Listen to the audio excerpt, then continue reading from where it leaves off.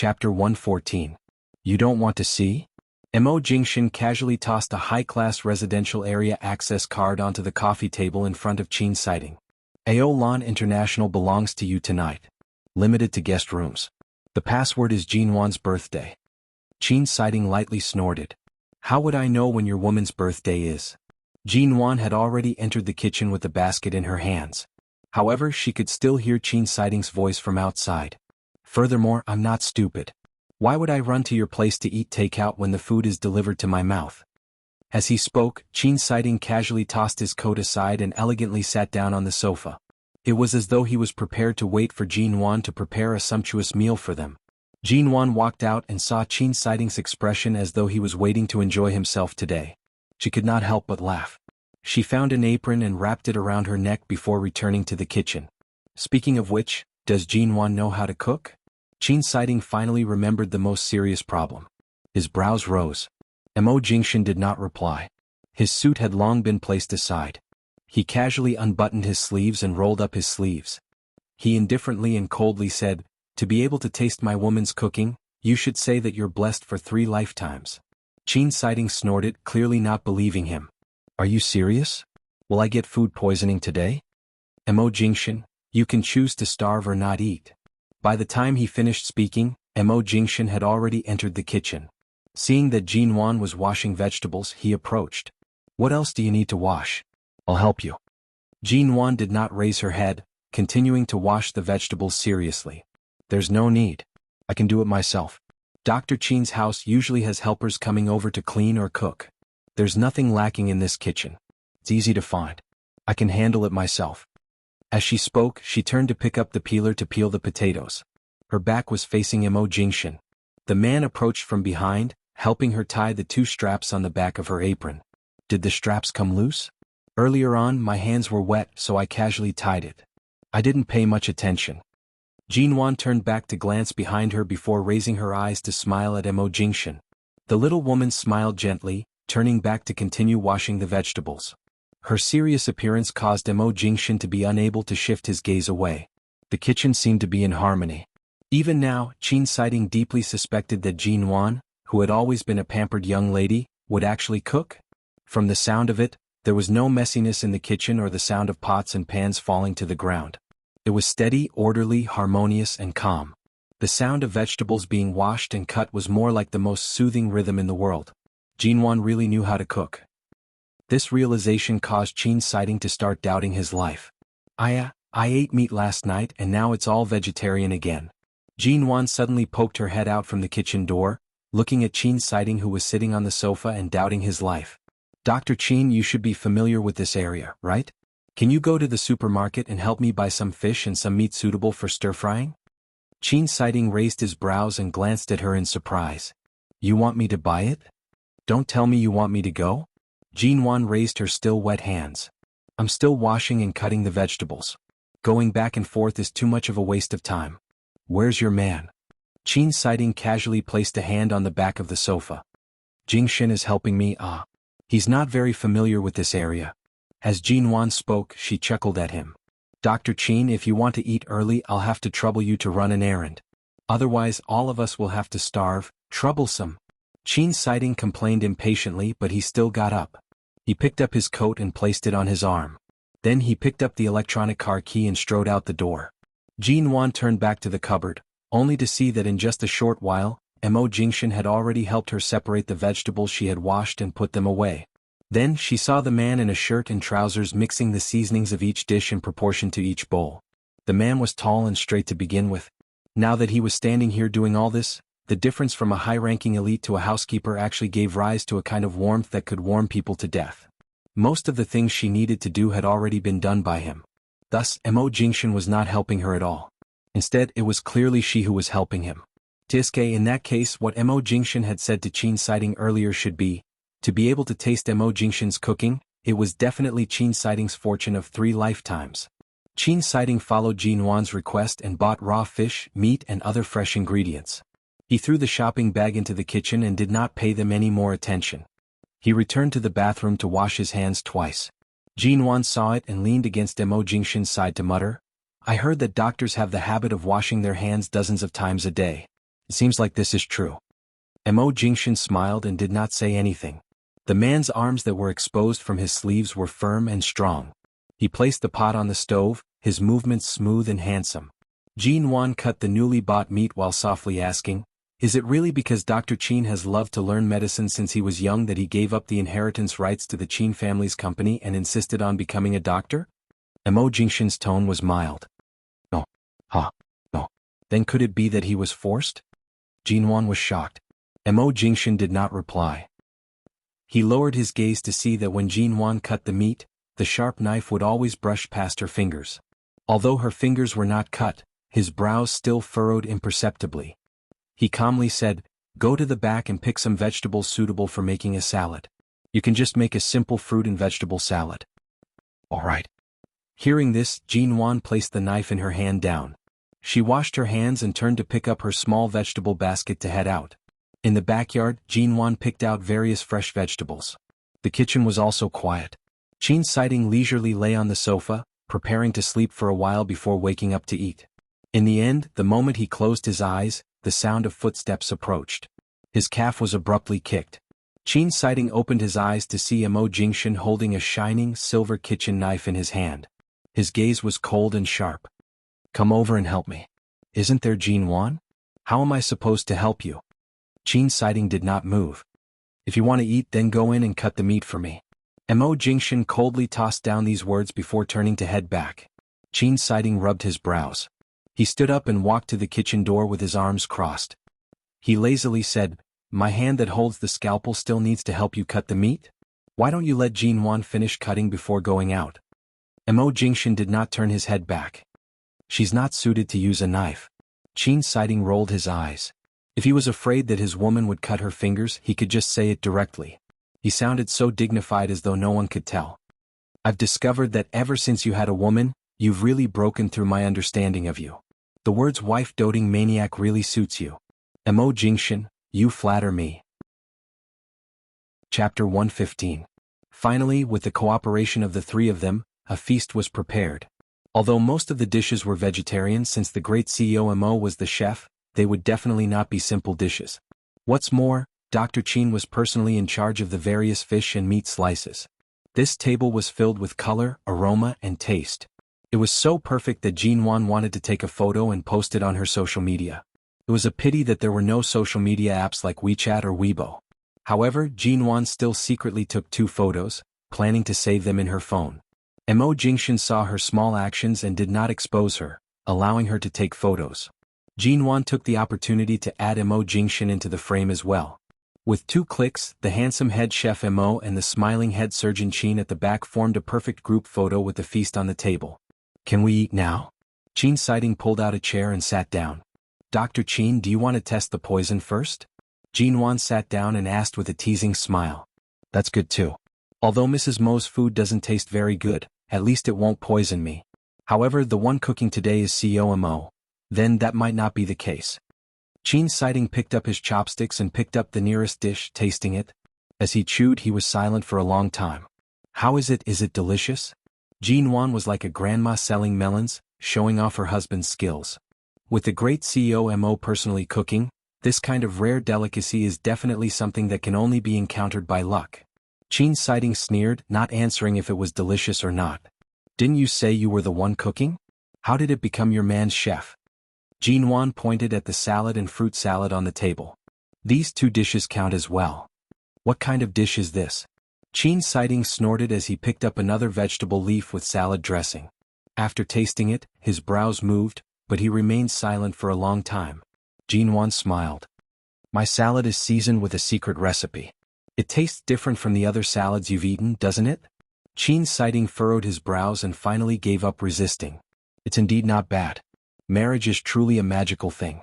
It can make the great Mo Jingshan willing to cook for a woman, and it can even make the pampered and unparalleled Miss Ji suddenly become a good wife and loving mother. So, Dr. Qin, don't always have a bitter and hateful attitude towards women. You should fall in love and get married. You'd better worry about yourself." Qin Siding sneered and glanced meaningfully at Jin Wan. "You haven't even figured out your own man's background, and you still want to pretend to be an emotional expert in front of me. The more mysterious a man is, the more charming he is. Anyway, he's my husband. No matter how unfathomable he is, he's still my husband. Jinwan rolled her eyes at him. Qin Siding snorted coldly. You're quite confident. Why weren't you confident when you jumped out the window last night? I was drunk last night, so I wasn't sober. Can you argue with a drunk person? Sophistry. Seeing that the two of them were about to start fighting, Mo Jingshan helplessly rubbed his brows. All right, even food can't stop your mouths. As he spoke, he placed a few dishes into Jinwan's bowl. Jinwan had long been hungry. She ignored Qin Siding's lukewarm and slightly mocking expression and picked up her bowl and chopsticks to eat. In the end, Qin Siding's appetite also increased and he ate a lot. Jinwan's heart was proud. She knew that even if Mo Jingshan was no longer a CEO, any restaurant he opened would be filled with guests because of the delicious food. Even a rich young master like Qin Siding, who had grown up with a golden spoon in his mouth, could be satisfied no matter how crafty his taste was. But he refused to admit it. TSK. While Jinwan and Qin Siding were fighting with their eyes, Mo Jingshan smiled mildly and did not speak. In the meantime, the phone on the table vibrated. He casually picked it up and saw that Mo Xiaoza had sent a message. His gaze calmly read the few lines on the screen, and a trace of coldness that was difficult to detect appeared in his eyes. At this moment, Qin Siding suddenly said, "The taste of the salad dressing you made is indeed very unique. Do you mind helping me make another plate of fruit salad?" Jinwan raised her brows, curling her lips at his sudden admitting defeat. She very generously stood up and headed to the kitchen. In the dining room that was separated from the kitchen by a wall, Qin Siding's gaze shifted toward Mo Jingshan, asking softly, "What is it?" Mo Jingshan's gaze was cold as he tossed his phone onto the table. Before the phone screen automatically darkened, Qin Siding glanced at it. Then, the moment the phone darkened, he calmly asked, "Is this a warning or a declaration of war?" Mo Jingshan did not speak, his gaze cold. Qin Siding understood and smiled playfully. "What do you plan to do? After all, this isn't the first time." Mo Jingshan raised his eyelids. After several seconds, he calmly spat out, "There won't be a second time." Qin Siding raised his brows. "Why don't you arrange someone skilled by Jinwan's side? Nanheng has several well-trained bodyguards under him." That night, Jinwan and Mo Jingshan stayed here. Before returning to the guest room to rest, she handed the pills she had specially brought over to Qin Siding. The last time she returned to the Ji home, she had used the excuse of her stomach feeling unwell to sneak into Ji Hongwen's room to retrieve these pills. To prevent others from noticing, she had only poured 1 or 2 pills into each bottle. However, these were sufficient for Qin Siding after a detailed examination. Qin Siding tossed the pills into a small transparent glass bottle. He turned back to see that Mo Jingshan was already preparing to bring Jinwan upstairs to rest. "I say, the two of you better not treat this place as a holiday villa. Pay attention to your manners. This old man is still staying downstairs." Qin Siding's brows revealed the strong unhappiness of a single dog at night. His tone was filled with warning. "The two of you are not allowed to make any noises in my house at night." "Jinwan?" Mo Jingshan glanced at him lightly and took Jinwan upstairs with his arm around her. The entire day Jinwan's mood was very relaxed. She also slept very well. As she slept early, she woke up early. The sky had just begun to brighten when she woke up. The morning sun was deep blue, and the sky had yet to brighten. She was about to get off the bed to pour herself a glass of water when she paused. She saw Mo Jingshan standing by the floor-to-ceiling windows. He was dressed in a white shirt and black trousers. He had one hand in his pocket, slender and silent. He was still dressed in the same clothes as yesterday. Jinwan turned to look at the time on her phone. It was not even 6 o'clock. Could it be that he did not sleep the entire night? Jinwan was slightly surprised. She stood up and walked over. The moment she approached, Mo Jingshan turned around. Their eyes met. The man's deep, black eyes watched her face, sweeping across her brows. His voice was gentle and hoarse. "Why did you wake up so early?" Jinwan did not answer, asking in return, "You didn't sleep last night?" Chapter 116. How can I not sleep? Jinwan dragged him to the bedside, forcing him to sit on the edge of the bed. "Now sleep." Mo Jingshan smiled, holding her hand and placing her on his lap. He kissed the corner of her lips. "You've woken up and are full of energy. Aren't you afraid that I'll exhaust your energy again?" Jinwan turned and bit down on his lips. She lowered her voice to say, "Dr. Qin said that we're not allowed to make any noises. He drank last night and is still sleeping. Mo Jingshin kissed her lips once and then again. Jinwan had just woken up early in the morning. Afraid that she would be seduced by him to the point of doing something indescribable in Qin Sighting's home, she rushed to press her hand against his chest. Her expression was serious. By the way, I have to make a trip to the studio tomorrow. And? Mo Jingshin smiled mildly. If you have any problems, remember to tell me. Don't bear it alone. Always remember that you have a husband. They're all small problems left behind by Han Tianyuan. I can handle those unpresentable dregs, Jinwan softly said. Mo Jingshin kissed her on the cheek again. It was a very warm kiss. After a moment, the man spoke softly and huskily. Recently, Haicheng hasn't been peaceful. The Yu Garden's security is better. Move back to the Yu Garden. Jinwan's gaze swept past his calm, handsome face. She did not ask further. All right then, let's go back. When Jinwan went downstairs, she saw that Qin Sighting, who was supposed to head to the hospital early in the morning, was standing by the large window on the first floor. He held a glass of wine in his hand and was currently looking at another villa about 100 meters away. He had drunk last night. Early in the morning he actually still had wine in his hand. From this angle, she could only see that Qin Sighting's back was indescribably dark and cold.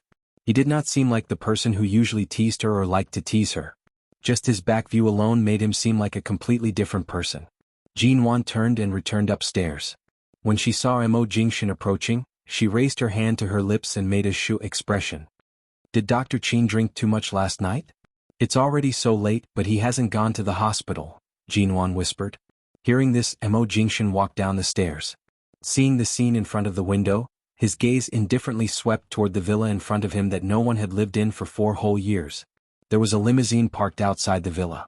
The engraved iron gate in front of the villa was open, and a few people were moving luggage inside. From the color of the luggage, most of it was for women. With just a glance, Mo Jingshin continued downstairs. His tone was cold and carried a hint of mockery. She's back. Aren't you going to greet her? Qin Sighting put down the wine glass in his hand and turned around. There was no trace of alcohol in his eyes, and his lips curved into a cold smile. I have 2 surgeries this afternoon. I have nothing to do in the morning, so I need to sleep for a few hours to conserve my energy. Remember to close the door when you leave. As soon as he finished speaking, he turned around and walked inside. Jinwan waited for Qin Sighting to return to the bedroom before heading downstairs. She saw Mo Jingshin standing there with one hand in his pocket. His expression was indifferent, and he did not seem to be unhappy with Qin Sighting's attitude. He also did not feel that it was inappropriate for him to be treated coldly. Jinwan could clearly see that Qin Sighting's expression earlier was not normal. Mo Jingshin's expression was also unfathomable. On the way back to the Yu Garden, Jinwan leaned against the seat and flipped through the messages on her phone. In the end, she stopped at the last 2 messages that Xia Tian had sent her yesterday. It can't be? Why did you suddenly want to transfer hospitals? It wasn't easy for me to gain some interest in Dr. Sheng. Jinwan, have you been hiding some evil intentions recently? Are you purposely trying to break my marriage? I'm so angry. Jinwan curved her lips. Since yesterday she had not replied. Xia Tian was most likely about to explode from anger. She opened the message page and tapped on the screen. That's right. I came with the evil intentions of cutting off your rotten peach blossoms. Have you already transferred hospitals? In less than half a minute, Xia Tian directly replied. F***CK. You're only replying now. I thought that your sex life with Mo Jingshin had not ended since yesterday. Jinwan rolled her eyes and sent a disdainful emoticon over. Xia Tian, yesterday I don't know where these cold and reserved lunatics in suits came from. The moment they arrived at the hospital, they immediately completed the procedures for me to transfer hospitals. They didn't even give me the slightest chance to resist. Right now, I'm lying on a hospital bed in the new hospital, missing my Dr. Sheng so much. Jinwan, he isn't suitable for you. Don't think about it. You've committed all kinds of rotten peach blossoms this year. Killing one is one. Don't be delusional enough to fall into the swamp of love so quickly, Xiatian. Weren't you the one who pushed Dr. Sheng to me? You even allowed him to chat with me in the hospital room. He caused me to fall in love. In the end, you're saying that he's also rotten? Jinwan, she held her forehead, I was afraid that you would be harassed by that scum again. Considering that he's your main doctor, I allowed him to watch over you. Who knew that you would be so easily infatuated? Xiatian, this is called being physically and mentally weak. My bones are all broken. Tell me, how weak am I? How weak am I? I lie here every day, bored to the point of becoming moldy. Why can't I appreciate the various men passing by me? Sorry, the attack of men, forgive me for not being able to resist. Jinwan, your leg is broken but your head is still intact, right? It just so happens that my studio has some market analysis stuff that needs someone to handle. I'll send the computer over to you. While you're recuperating, help me share some of the workload. It just so happens that you're good at these things. Xia Tian, I'm heartbroken and you actually want me to work while I'm injured. Jinwan, it's precisely because you're heartbroken that you're using work to squeeze those useless thoughts out of your head. Besides, you've never been in love before. Why would you be heartbroken? Xia Tian, you're inhumane. Jinwan, from today onwards I'm your boss.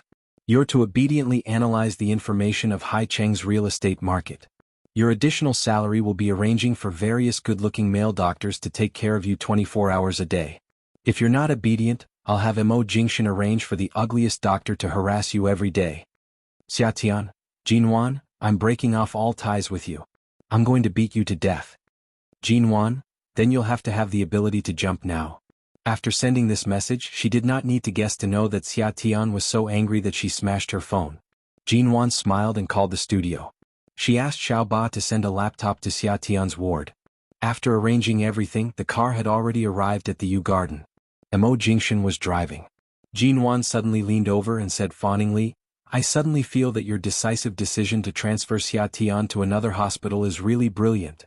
The man glanced at her expression, pressed her brows and pushed her away. Sit back. You're disturbing my driving. Chapter 117. After entering the U Garden villa, Xia Tian did not bother sending her any messages and directly called her.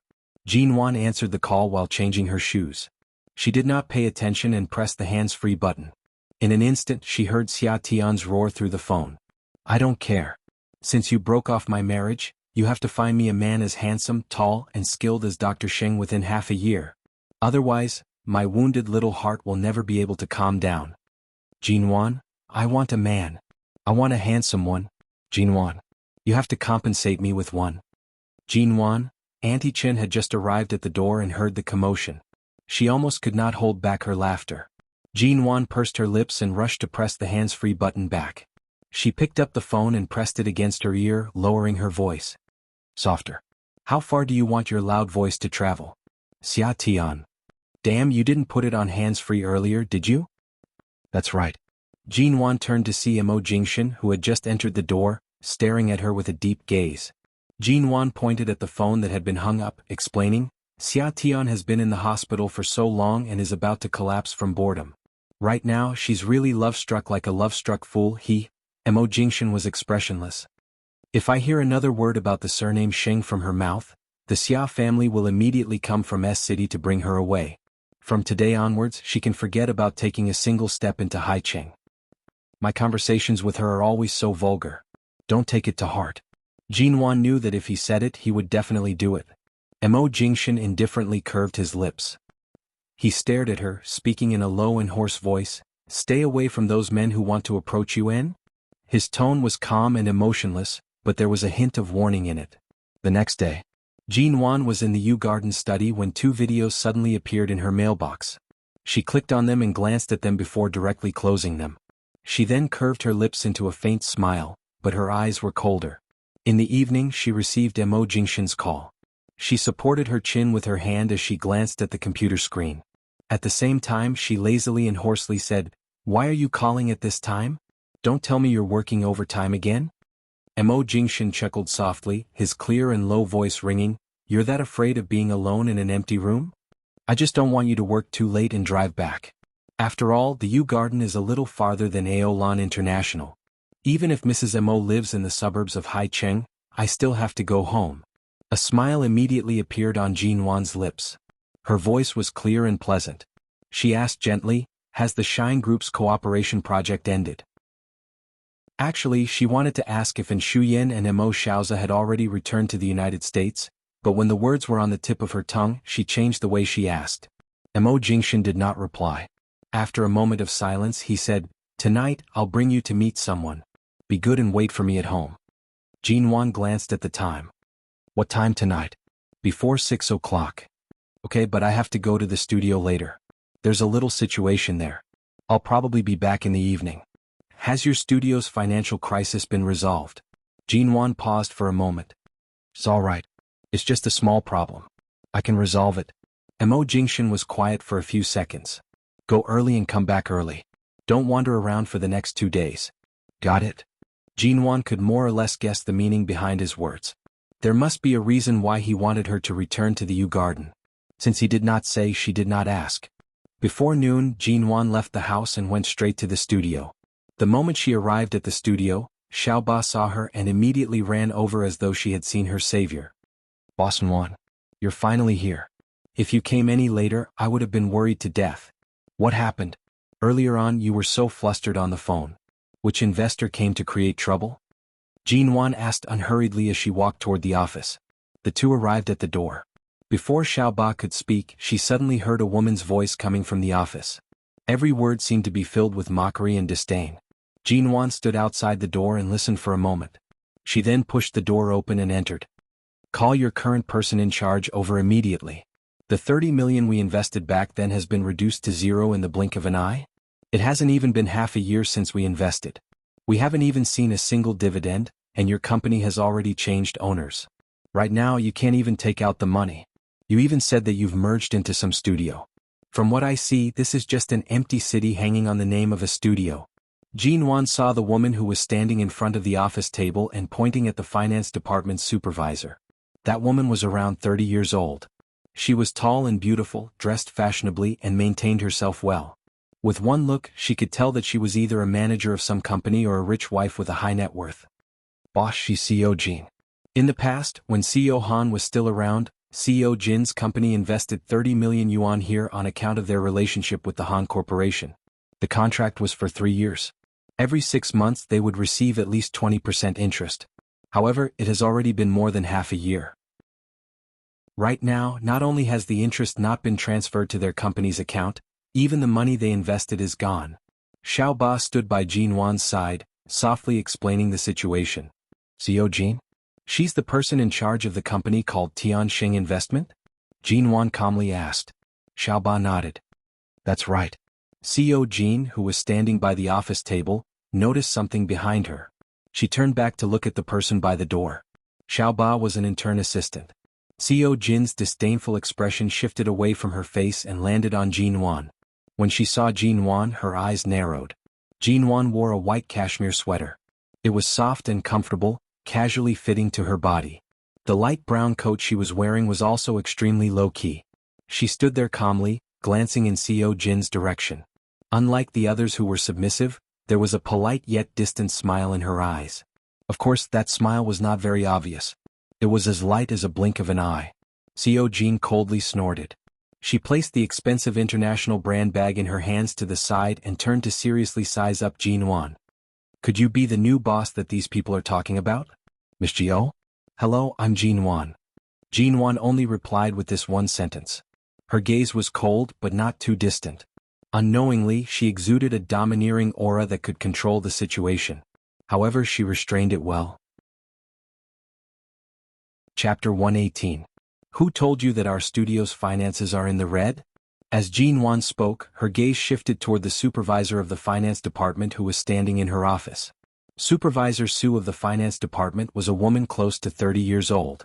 She wore a pair of glasses and her appearance was fair and refined. She had the demeanor of a white-collar elite.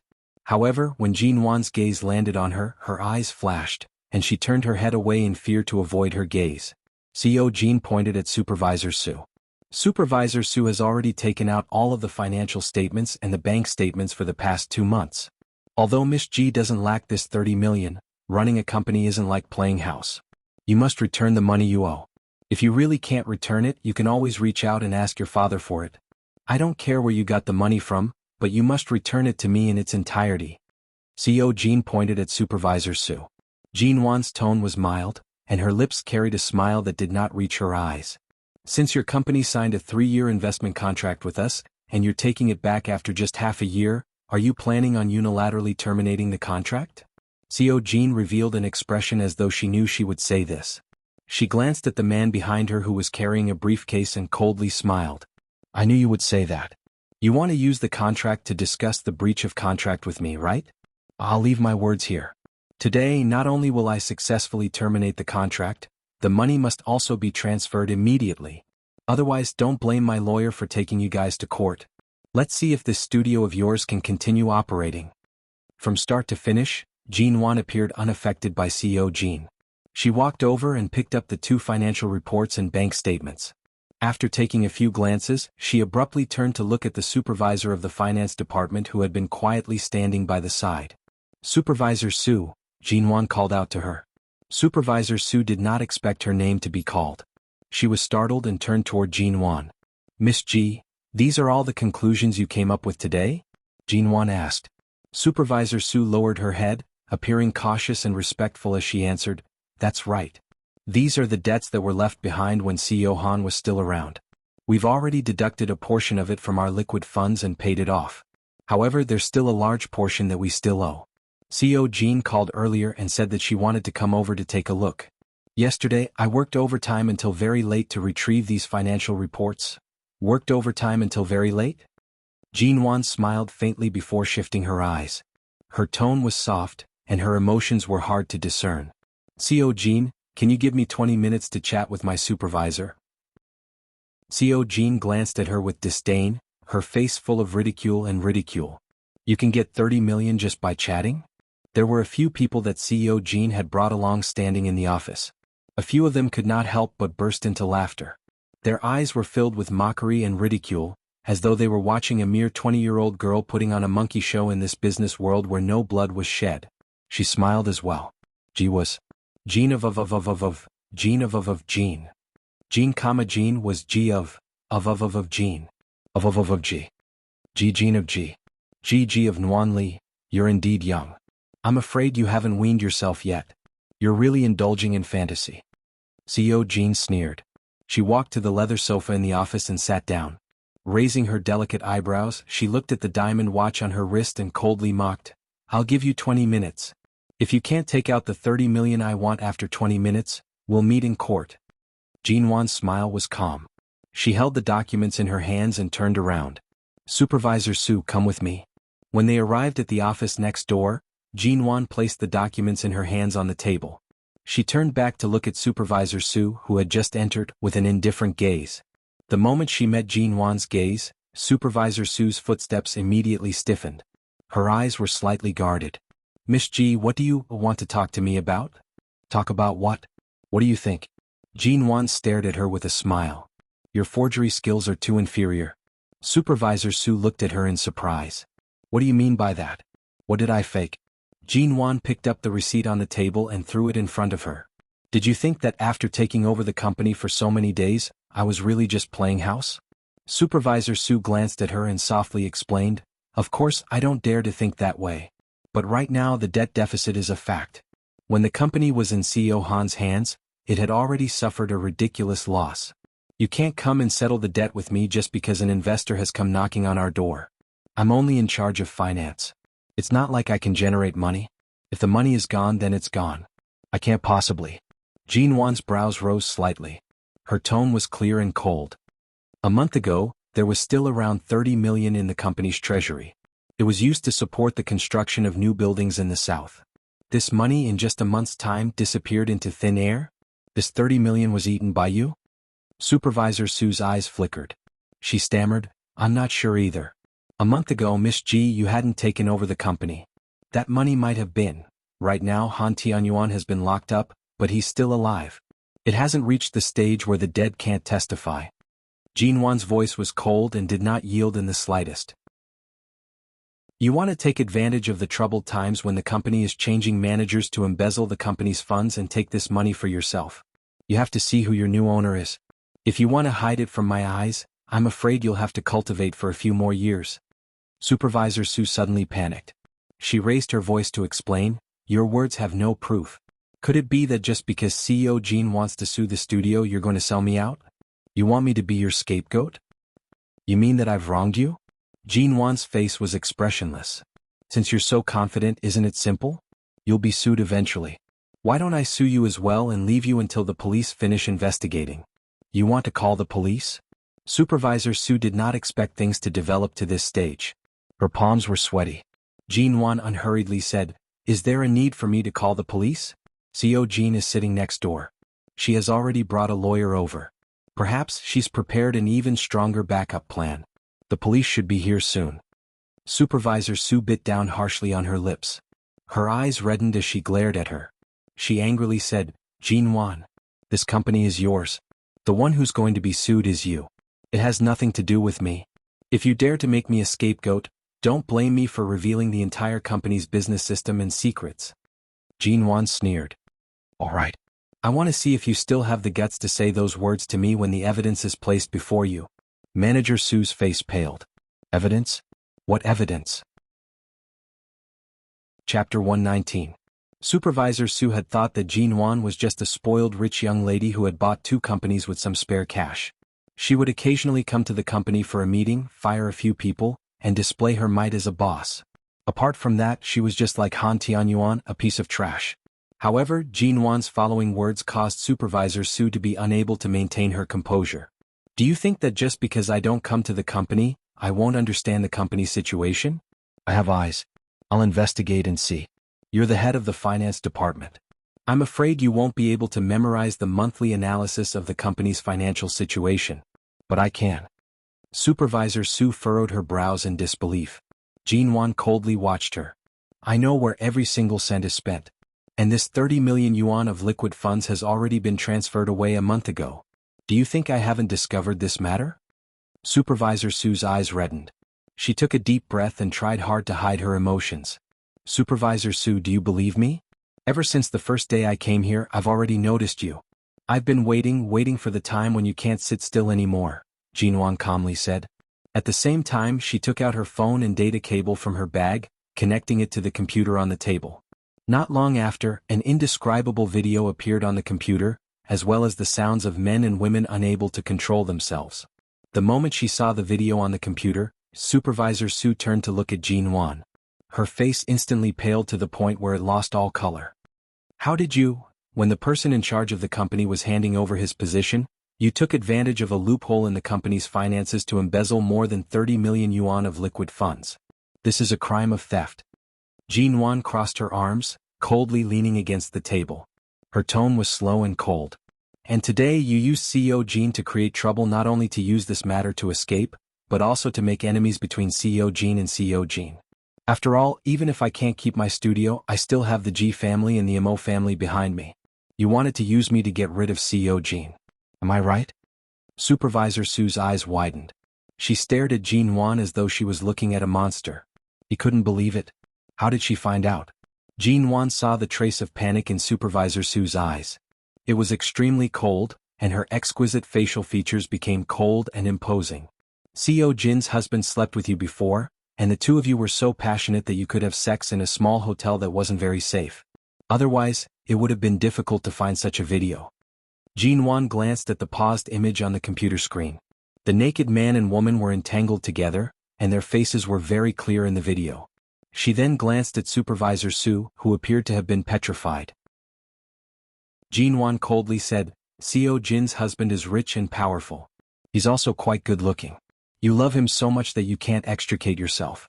You plan to embezzle the money and leave the studio. You want to be with CEO Jin's husband, so you want to borrow my hands to get rid of him. What if I kill her directly because of a complaint about my studio? You killed 2 birds with 1 stone. That's a great way to kill 2 birds with 1 stone." When Supervisor Su spoke again, her voice was already trembling. She could no longer maintain her composure. You. Miss Ji, what exactly do you want? Do you admit to all of this?" Jin Wan's gaze was sharp as she retorted. "What exactly do I have to do to make you delete the video?" Supervisor Su did not dare to look at the frozen image on the screen. Her eyes were red, and her emotions were slightly out of control. "I won't say any more useless words to you." Jin Wan nimbly turned off the computer to avoid being blinded by the video. She kept her phone and unhurriedly said, "If you want to be someone else's mistress, I don't care. I don't care about your relationship problems, but you have to return the 30 million yuan you took from here immediately." "Immediately?" Supervisor Su glared at her. Her complexion was pale as she suddenly said, "The money has already been transferred to an overseas account. I have no way of retrieving it now." The moment her words landed, Jinwan took out a recording pen from her bag at almost the same time. You can choose not to return it. Xiao Jin is right. I Jinwan really don't lack this 30 million yuan. Jinwan was unconcerned as she said, every single word you said earlier has already been recorded. Furthermore, it will be automatically transferred from this recording pen to my computer's data backup. As long as the police appear here, I'll hand this over to them. Then I won't have to worry about anything else. Not only will the money be returned, even your shameful act of interfering in someone else's marriage will be discovered by the police. When that happens, CEO Jean and her husband will most likely not let you off. Supervisor Sue's entire body trembled. She stared at the recording pen in her hand and thought for a moment before saying hoarsely with bloodshot eyes, if I hand over the money, can you delete this recording and video? Jinwan placed her phone and recording pen back into her bag. Her gaze was calm and unperturbed. Low-class, greedy and foolish. Jinwan's voice was cold. With your intelligence, if you walk on the right path sooner or later, you will rise to the top. For a man with a family, you destroyed your own future and even broke the law for 30 million yuan. No matter what, you're in charge of finances. You're used to seeing money flowing like water. Could it be that you still don't understand how many people yearn for such ostentatious fame and fortune, and how many people despair? Supervisor Sue bit her lips harshly. She first cried out, then cried until she sat on the ground. Her eyes were filled with fear and wariness as she looked toward Jinwan. Where's the money? Jinwan asked directly. She did not wish to waste any more time with her. Supervisor Sue hesitated for a moment. Originally, she did not want to hand it over, but she was very mindful as she looked toward Jinwan's bag. The cell phone and recording pen in that bag could completely destroy her. She slowly took out a financial card with the Philippines logo. It's here. Jinwan walked over, received it and glanced at it. Ah, you even know to transfer the money to an account in the Philippines. This kind of international money transfer method is indeed very difficult to investigate. Such a meticulous person, as expected, you're destroying your own future. When Supervisor Sue heard these words, she covered her face in tears. She then stared at Jinwan's bag with pleading eyes, as though she wanted nothing more than to destroy the recording pen and video. I won't interfere with your dirty relationship transactions. But regarding the embezzlement of public funds, I will definitely hand it over to the police. Jinwan moved away from her, saying, I still need to settle Xiao Jin's side. I don't have time to waste with you here. Just wait for the police to come and interrogate you. Jinwan opened the door and walked out. She had the studio security guard the door to prevent Supervisor Sue from escaping and causing unnecessary trouble. Chapter 120. When Xiao Jin saw that Jinwan had returned, her smile was filled with mockery. Miss Ji's expression seems very relaxed. Could it be that you really managed to conjure up 30 million yuan in these 20 minutes? Jinwan calmly handed the Philippine International Financial Card to Xiaoba and softly said, First, check the amount of money in this card. Ask Supervisor Sue for the password. She's next door. Xiaoba nodded and quickly walked out with the card. What's that? Xiao Jin seemed to have noticed something. She stood up and approached, but Xiaoba had already left with the card without turning back. Xiao Jin, don't be anxious. If you plan on taking away the money you invested back then, of course I won't forcefully hold it back. Jinwan calmly glanced at her. Xiao Jin glanced at her. Miss Ji, don't blame me for being too ruthless. Back then, I only invested some money into Han Tinyuan's company because of the Han Corporation. Now that the boss has changed and I don't have any relations with your Ji family, of course I have to take back the money. I know. Jinwan spoke and turned to open the laptop on her desk. She then opened a PowerPoint presentation she had personally prepared. It's not that I can't satisfy CEO Jin's request to terminate the contract. If you insist on terminating our partnership today, no matter what, I won't forcefully stop you. Jinwan smiled lightly. But before you make your final decision, Xiao Jin, why don't you take some time to take a look at this? Xiao Jin walked over and glanced at the contents of the laptop disapprovingly. Xiao Jin should know of the properties and land resources under construction under our studio's name. For example, this piece of land in the southern part of the city. It's only a street away from the bustling area in the southern part of the city. 2 years ago, the price of this piece of land had already reached a sky-high price. When this area was first built, the pre-sale price had already exceeded 20,000 yuan per square meter. Although this year the domestic real estate industry has been declining by more than half, and the price here has been dropping by around 5,000 yuan, Based on the current construction progress, this area will only be completed by next summer. The prices of the other properties nearby are all lower by half. Furthermore, because the prices have been dropping, the sales of the properties are very good. And so? CEO Jean crossed her arms. Boss Jean, you shouldn't have been a Haicheng local, right? Jean Wan turned to look at her. If you're from High City, you should be well aware of the ratio between the rich and the poor in High City. You should also know that the base number of migrant workers is increasing at an extremely high percentage every year.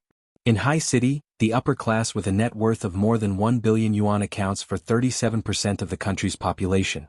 All the rich areas in High City are overcrowded. This price of more than 20,000 yuan per square meter is within the acceptable range for most people, but they are currently in a wait-and-see state. Jean Wan turned to the next page of the PowerPoint. As an investor, I can understand that you are not optimistic about the current property industry.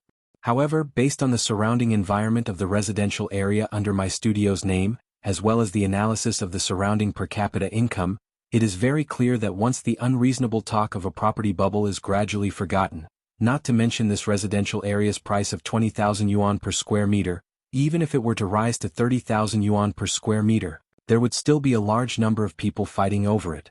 If we add on the hunger sales model, it is destined that the land and property under my studio's name will have room for growth. It will not end up as you think, losing everything.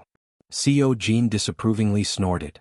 I remember that when Han Tianyuan first registered these two companies, he invested a lot of money. Adding on the purchase of land and the construction of properties, he invested quite a bit more. In the end, because the property industry was becoming more and more depressed, he only sold the company to you for 30 million yuan. As she spoke, CEO Jean narrowed her eyes. The money I invested is already enough to buy your current studio. Yet, you're still speaking to me confidently about how the property prices will continue to soar in the future? Do you think that you're a prophet, that it will definitely rise just because you say so? Han Tianyuan sold the company to me for 30 million yuan because he doesn't know how to do business. Opening two companies and squandering money for fun, it won't be too much of a pity to sell them off. Jean Wan smiled mildly. Right now, if CEO Jean offers 5 times the price to buy my studio, I'm afraid I won't agree. Ha! Who doesn't know how to boast? In the future, this will be a losing business. If you want to continue losing money, that's your business. I don't wish to continue participating in this investment. I want to take my money back. Can you stop me? I won't stop you. My words will only go so far. Jean Wan maintained an indifferent expression the entire time. The office door opened and Xiaoba returned with a card. She handed it to Jean Wan and softly whispered a number into her ear. Jean Wan placed the card on the office table. The money is here. I can also personally cancel the contract with you. Previously, it was merely a member of my finance department who embezzled public funds. We'll settle this sort of internal matter ourselves. The money has already been taken back. Previously, the figures and receipts that the finance department showed you were all fake. CEO Jean still insists on terminating the contract, is that right? Yes. CEO Jean looked at Jean Wan with disdain. A studio that is destined to lose money is not worth me spending a single cent to play a childish game with you. All right. Jean Wan raised her brows. Then have your lawyer bring the contract termination agreement over. I'll take a look. If there's no problem, we'll directly terminate our partnership. Boss Jean gave the lawyer behind her a look, and the lawyer hurriedly took his briefcase and walked forward quickly. Half an hour later, Jean Wan signed the contract termination agreement. Director Jean held the agreement and the financial card that had already been verified. She smiled smugly and looked around the office. She said sarcastically, even if you successfully bring this money back to me, I'm afraid that your liquid funds will be zero right now, right? The buildings under the studio's name have yet to be completed. What are you going to use to continue building? With this lousy place of yours, there won't be any investors who will look favorably upon it. Forget about other things, you won't even be able to afford the advertising fees for future sales. After finishing her words, CEO Jean smiled mockingly and turned to leave. Xiaoba stood behind Jean Wan, angrily glaring at CEO Jin's back. Just as CEO Jean was about to step out of the door, several people dressed neatly in suits suddenly entered the studio. They did not look simple at all. May I ask which one of you is CEO G? The young man dressed in a black suit at the very front asked politely the moment he entered. Jean Wan glanced at them, hiding the trace of doubt in her eyes. She answered, I am. CEO Jean was originally about to leave. When she saw this scene, she curiously turned back to watch this scene. Hello, COG. We are the representatives of the MO Corporation's CE International Investment Agency. We represent the MO Corporation to sign a contract with your studio. Hearing these words, everyone in the office was instantly stunned. Jinwan blinked. Sign a contract? That's right. The MO Corporation will invest $200 million in your studio. Xiao Ba and the people in the office were instantly shocked to the point their jaws dropped. $200 million? CO Jean, who had yet to leave, was also stunned. Her eyes were filled with shock. Chapter 121. Heavens, heavens, heavens. As expected of Boss Nguyen's husband. What a timely reign. Xiao Ba stood behind Jin Wan, filled with excitement. $200 million? Are you sure you're not joking? CO Jin's expression was confused. Her eyes were filled with disdain. Could it be that Miss Ji was afraid of losing face and hired 2 extras to support you? This time Xiao Ba glared at CO Jin confidently. Some people shouldn't look down on others, all right? It seems like CO Jin is indeed not a Haicheng local. You don't even know that our COG is the wife of the MO Corporation CO. CO Jin immediately stared at Jin Wan in astonishment before shifting her gaze to Xiao Ba. She then stared at the 2 representatives from the CE Investment Agency who clearly did not look like fake actors. Although CO Jin's family's company was in Haicheng, she was often abroad. Each time she returned, she would only stay for a few days before leaving. The company was managed by her husband. She only knew of Haicheng's 4 prominent families and that this Jin Wan was the Ji family's daughter. Right now, the Ji family was no longer as stable as they were a few years ago in the upper class. A mere identity as the Ji family's daughter did not have much of an impact. But MO Corporation, of course she had heard of it. CO Jin paused for a moment before shifting her gaze to the 2 CE Investment Agency investors. Are you for real?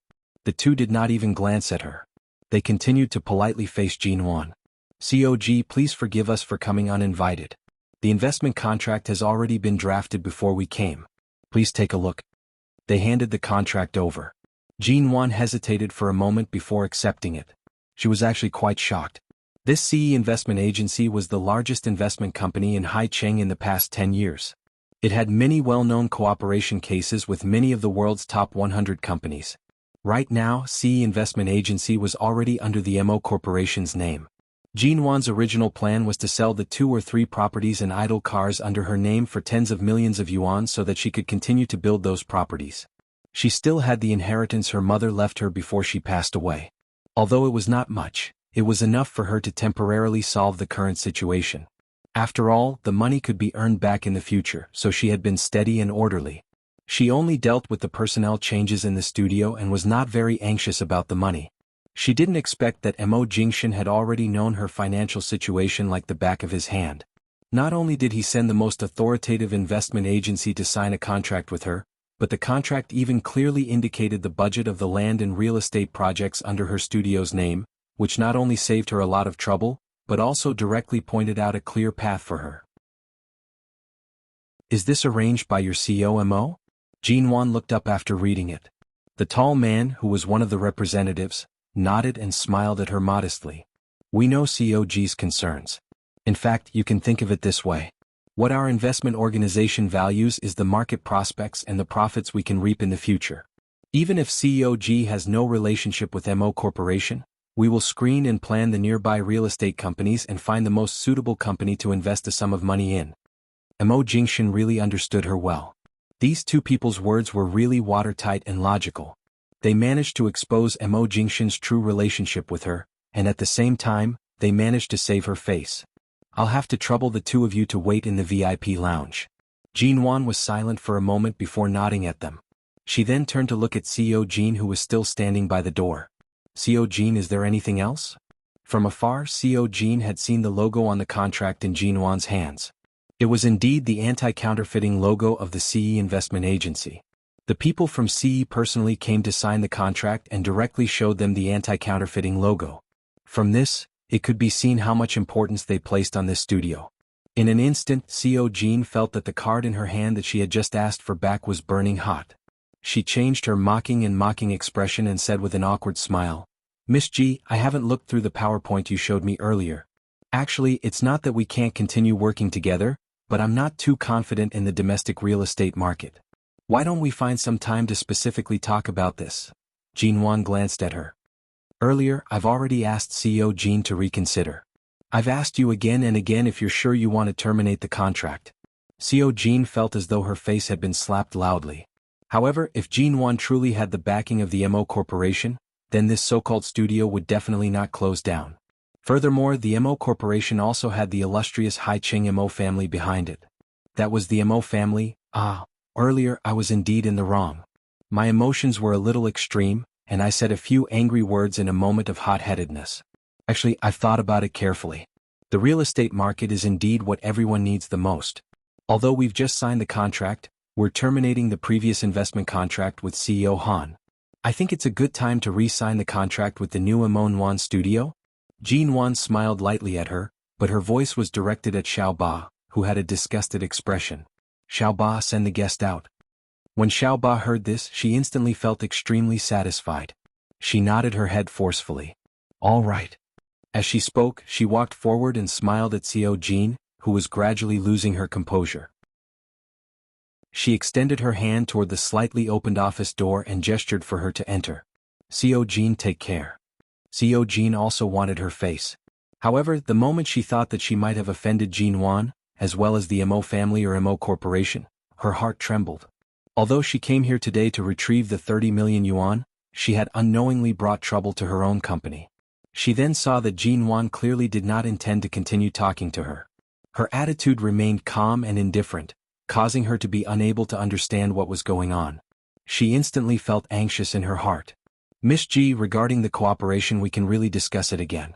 If you have any dissatisfaction toward me, I can get my husband to personally re-sign the contract with you. CEO Jin decided to lower her stance and looked toward Jinwan with a face full of smiles. Jinwan chuckled lightly. Her tone was unhurried and meaningful. Right now, I'm afraid your husband won't have the time to care about such matters. CEO Jin's expression was surprised. It was clear that she did not understand the hidden meaning behind her words. However, the hint of mockery and meaning still caused CEO Jin to instinctively furrow her brows. Not wanting to waste any more time, Jinwan gave Xiaoba another look. Xiaoba directly went to open the office door. She then turned to look at the conflicted CEO Jin. CEO Jin, please. The intention to chase her away was extremely obvious. No matter how thick-skinned she was, she could tell that right now Jinwan was not going to give her any chance to continue talking about the cooperation. Chapter 122. Serves her right. Who asked her to look down on us? No wonder she dared to bring her lawyer over to forcefully terminate the contract. It turns out that she didn't even investigate our studio's background and dared to bully us. Xiaoba spat at the door. She turned back to see Jinwan standing there with a pensive expression. Boss Nguyen, are we really going to receive a $200 million investment? Xiaoba's eyes were filled with anticipation. She jogged back as though she wanted to hug her thigh, moving closer to Jinwan's side. Jinwan was silent for a moment before saying, "Go call the police and have them bring Supervisor Su away. She's suspected of embezzlement and other business crimes. We need to investigate them carefully. Hand her over to the police station first." Xiaoba was shocked. She then asked in a voice that only Jinwan could hear, "A few days ago, you asked me to investigate Supervisor Su's personal situation. Did you already suspect her?" Jinwan glanced at her indifferently. "With your reaction speed, you probably won't even understand what's going on when the company is sold. Why are you trying to act smart with me now? I'm asking you to call the police, so hurry up and do it." Xiaoba looked at her with a wronged expression. Her hands moved quickly as she picked up her phone and called the nearby police station. 2 hours later.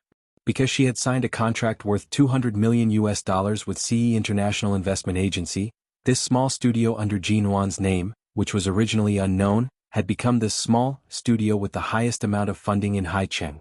In this hour, the phone on Jinwan's desk was about to explode from the calls.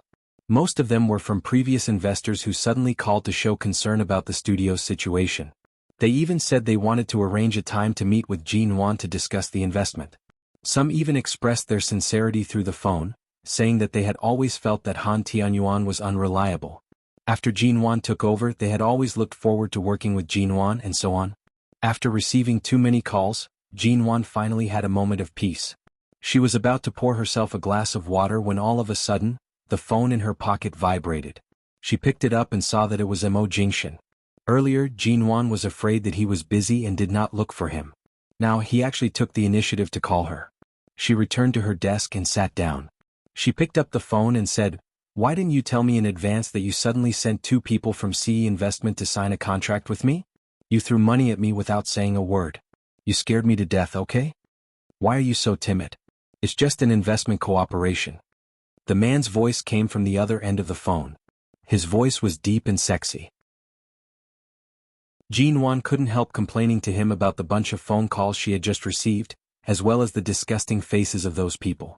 Then she said, "The key is that those who originally intended to withdraw their investment are now fighting to continue to invest. I'm just a studio.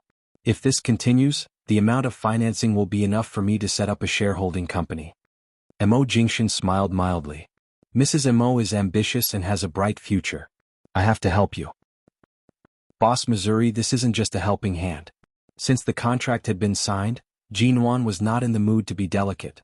She said bluntly, I suddenly feel a little pressured." "Pressured is a good thing. This proves that Mrs. Mo hasn't lost her direction," Mo Jingshan said calmly. Mo Jingshan spoke calmly, "You know very well that I sent CE's people over and did not go personally. There was also a contract signed in the middle. You should know that this investment wasn't placed in your hands for nothing." "Of course I know." Jinwan held her chin, leaning against the table. She pressed the phone to her ear, her voice clear and gentle. "So, although it seems like I've received such a high investment, in reality, I'm actually in debt of $200 million US. Furthermore, the contract that CE people gave me also included a guarantee. Within 5 years, my profits will be doubled. Otherwise, I can withdraw my investment at any time." Mo Jingshan calmly said, "It's good that you know." Jinwan held her forehead. The people in the studio were currently celebrating the generous investment they had just received. Only she was clear that she had a huge debt on her, and the creditor was her husband. The methods that Mo Jingshan had used today without batting an eyelid, every step that he had taken was impossible for her to reject. Business was official, and the contract was signed by CE's people. None of this was child's play. Thus, Mo Jingshan still respected her initial wishes and did not interfere. This investment he really did not give it for nothing. Hearing the little woman lying on the table and sighing, Mo Jingshan softly chuckled. "Previously, weren't you very confident in the future property industry in the country? I still have confidence. But suddenly the pressure is huge. This isn't a small case like tens of millions. It's only doubled in 5 years. What? You don't dare to accept it?" "I've already signed it. Of course I dare." Mo Jingshan chuckled lightly. "All right, go home early. I'll pick you up at the U Garden before 6. After work, Jinwan drove back to the U Garden as promised. After alighting from the car, she was still thinking about the studio. She walked into the U Garden, opened the door to the villa, and closed the door without turning back. She threw her bag on the table, changed her shoes and entered the living room on the first floor. She took off her coat. The U Garden was huge. Not mentioning the floors above, just the living room on the first floor was over 200 square meters. Including the kitchen, dining room and guest rooms, the total area was over 400 square meters. And at this moment this place to Jinwan was suddenly too spacious and quiet. At this time the usually warm and considerate Auntie Chen actually did not come out to welcome her? The servants who usually walked around on the first floor were also not around? Perhaps using the word spacious was not appropriate. But it was unusually quiet. Jinwan casually raised her eyes, scanning the living room in front of her. She felt that something was wrong. Earlier, when she entered the door, she had already sensed that something was amiss. Earlier on, when she drove back not far from the U Garden, there seemed to be a black Jeep parked there. The model of the car had never appeared in this area before, and the license plate was something she had never seen before. It was just that she did not pay too much attention to it. Now that she thought of it, she abruptly raised her eyes to look at her surroundings. She instinctively took a step back, until she vaguely sensed danger approaching. She bent down to pick up her bag from the ground. Without even changing her shoes, she decisively turned to run out. And at this moment, 2 unfamiliar men hiding in the corner of the first floor suddenly rushed out at a rapid speed. They were like ferocious beasts waiting for an opportunity to hunt in the bushes. When the time was ripe, they began to bare their fangs. Just as Jinwan was about to open the door and shout for help, they dragged her back in. Chapter 123. Help, you! The two men forcibly pressed Jinwan down. One skillfully restrained her arms behind her back, while the other quickly covered her mouth with a wet cloth. They were well trained and professional, making it impossible for her to dodge. Although Jinwan was prepared, she was still restrained in less than a second. Her mouth was covered harshly, and she could not even utter a complete sentence. You. In her struggle, she tried to remember the appearance of the two men, but before she could see them clearly, her head was pressed down harshly. Their rough fingers pressed down on an extremely vulnerable spot on the back of her neck, causing blood to rush to her brain and her vision to blur. It was difficult to even focus her eyes. Miss G, we're only following orders. Please cooperate. Otherwise we can't guarantee that we won't hurt you. The man who held her down said in a rough and ruthless voice. Jinwan stiffened and did not resist desperately. The two men quickly brought her out. Her mouth was covered with force so she could not cry out.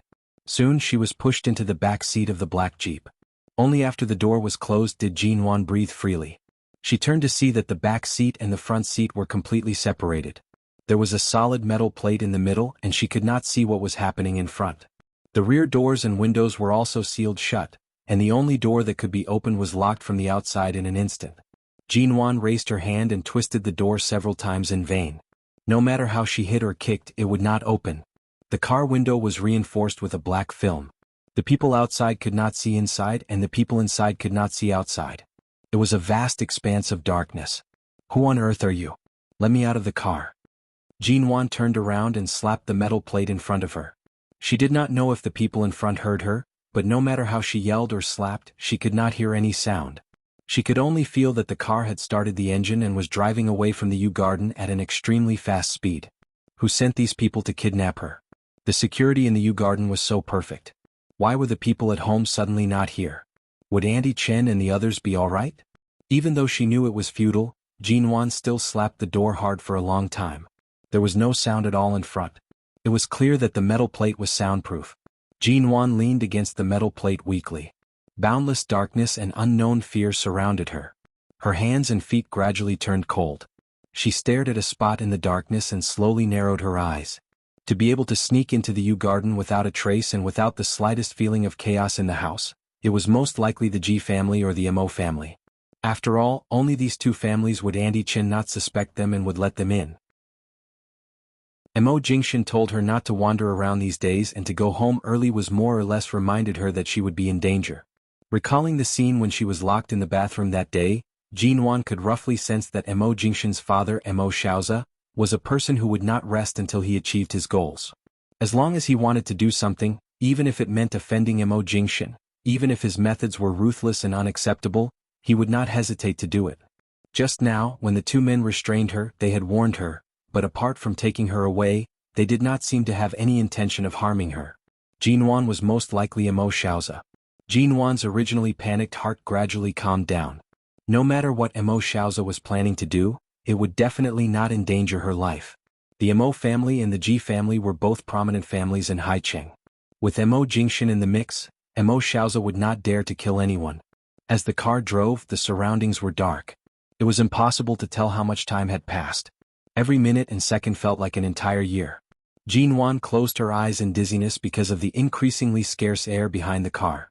Regardless of Mo Xiaoza's motive, she had to conserve her energy first before she could face him with a clear mind.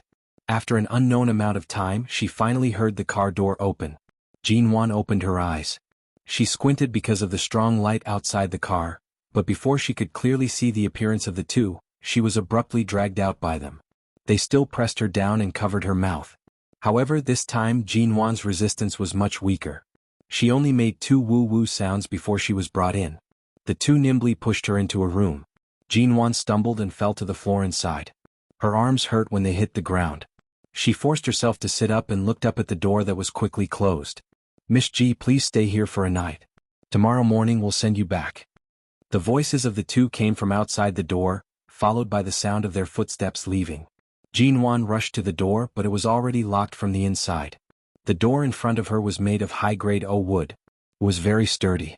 If it was locked from the inside, it would be impossible to break it open without hard tools. Jinwan's hand paused on the door. She abruptly turned back to look at the dark room. Although she could not see clearly, she felt that the floor she fell on was of good quality. This place did not seem like a place that kidnappers would use because it was very high grade. She tentatively raised her hand and felt around the wall by the door. When she found the light switch, she pressed it with a pause sound. The light in the room suddenly turned on. Although it was not a glaring light, it was a soft light that allowed one to see everything clearly. What entered her eyes was a very luxurious guest room. It had all the daily necessities including a bathroom. There was a large bed in the center of the room. Although it looked elegant and exquisite from the furnishings, it was indeed a guest room. Directly opposite there was a window behind the curtains. Jinwan quickly walked over and pulled open the curtains. The sky outside was already dark. She estimated that it was at least 7 or 8 in the evening.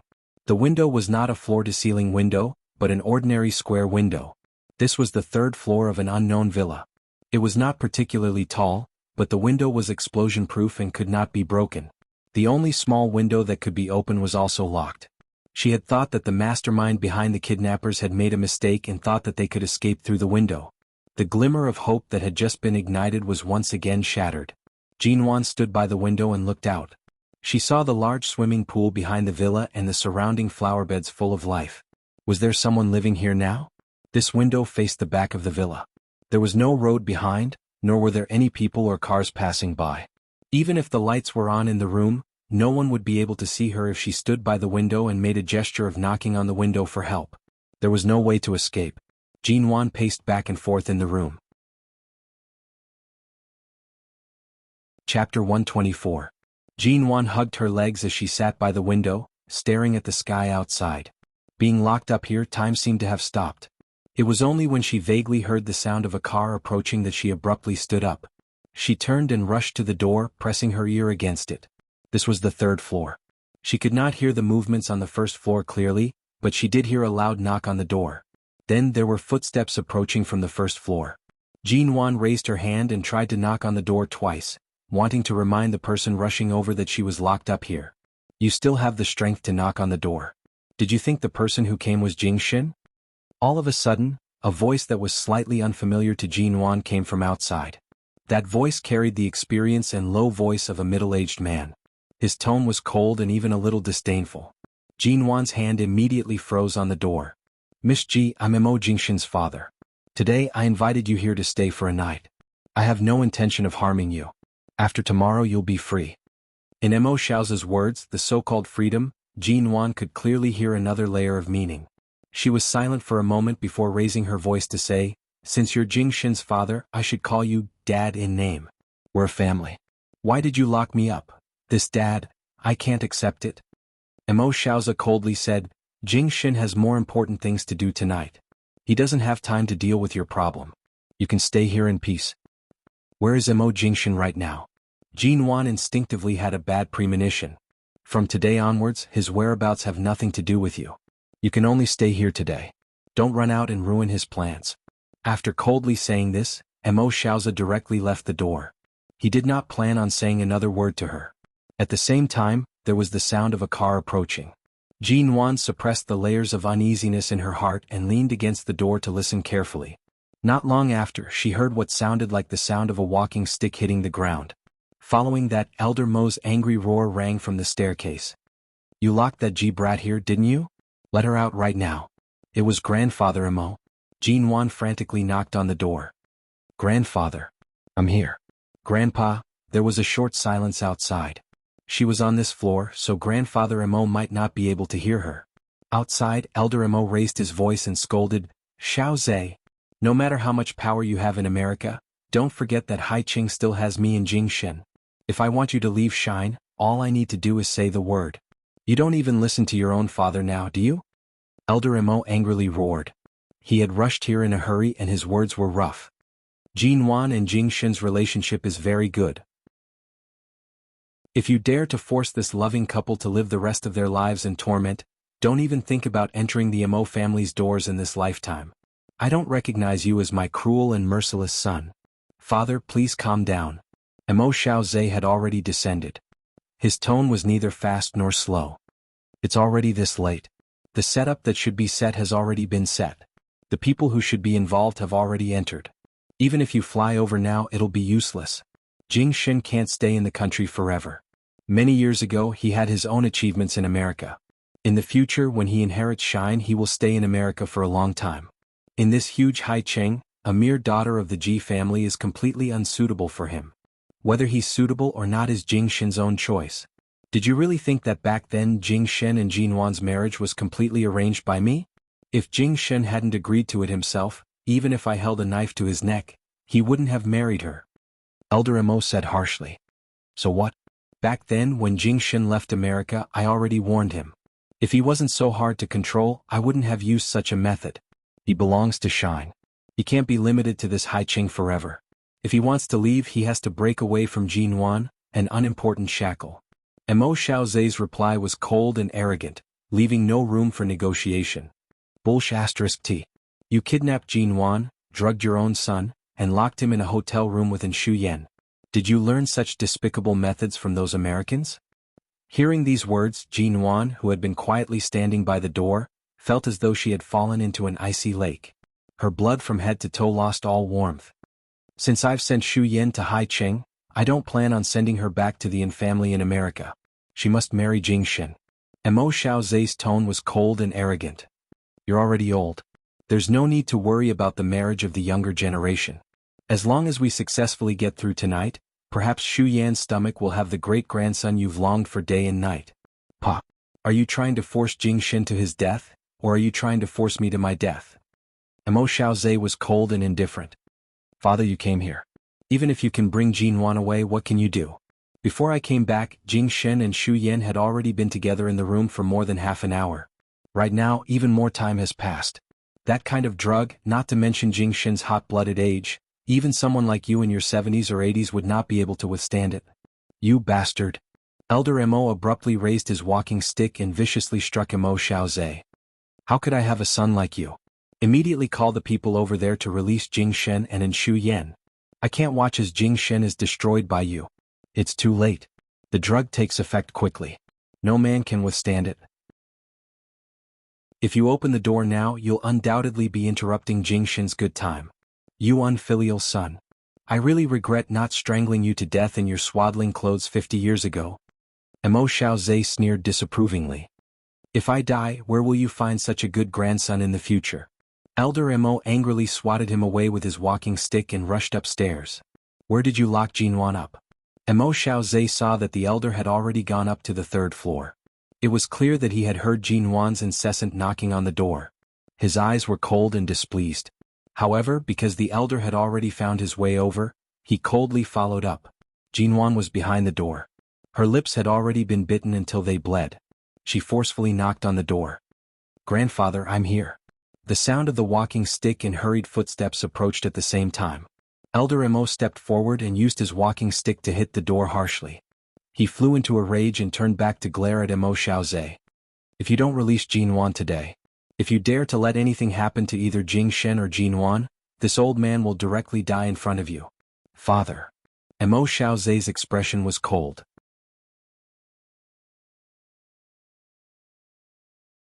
Mo Xiaozhe laughed coldly. Consequences? Of course, the result will be you signing the divorce papers. Do you think that after tonight, Jing Shen will still be yours? In both her lives, Jin Wan had never been so angered that her entire body was trembling. If the person in front of her was not Mo Jingshen's father, she would definitely take a knife and chop him. Sensing her agitated emotions, Elder Mo pressed down on her hand. Brat, go back with grandfather first. She can't leave. Mo Xiaozhe's eyes were filled with displeasure. She must leave with me. Elder Mo grabbed onto Jin Wan's wrist, unwilling to leave her here. She's Jing Shen's person.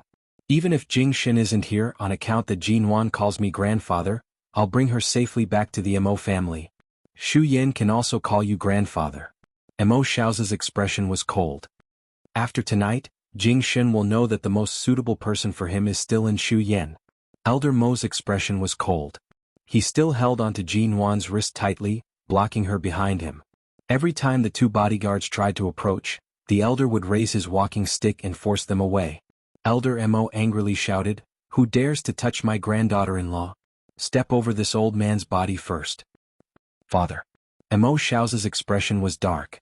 His voice was filled with warning and dissatisfaction. At your age, You shouldn't meddle in the matters of the younger generation. Elder Mo refused to move aside. Even though he was old, his gaze was still bright. It was not much different from his 50-year-old son. Mo Xiaozi watched this scene. After a moment, he furrowed his brows and impatiently waved his hand. All right. Let them go. Send the elder back to the Mo residence. Elder Mo's expression did not soften. He directly brought Jin Wan, whose face was pale from anger, down the stairs. It's fine to bring Jin Wan back to the Mo residence. Tomorrow morning I'll have Jing Shen and Xu Yan go back to see you and sign the divorce papers with her. Mo Xiaozi stood at the foot of the stairs, speaking heavily. Elder Mo coldly harumphed and did not pay him any heed. Finally Jin Wan was brought into the car. Elder Mo sat in the front, his expression heavy as he called for the chauffeur to drive. He then turned back to comfort her. Child, don't worry. I believe in Jing Shen. With his willpower he will definitely be able to overcome everything that happened tonight. He loves you and will protect your marriage. Other than you he won't touch any other woman. Trust grandfather. Jin Wan had suppressed her emotions for a long time. She tried her best to maintain her composure in front of the elder so that he would not worry too much. She softly asked, So, is he really locked up within Xu Yan? Elder Mo sighed softly. I know very well what kind of person Jing Shen's father is. Today he ordered people to forcefully lock you up here. The matter on Jing Shen's side is most likely true. If I hadn't heard the news from Xiao Zhe's men, I wouldn't have been able to rush over to bring you away. Since you were able to find me, does that mean you know where Jing Shen is? Jin Wan furrowed her brows.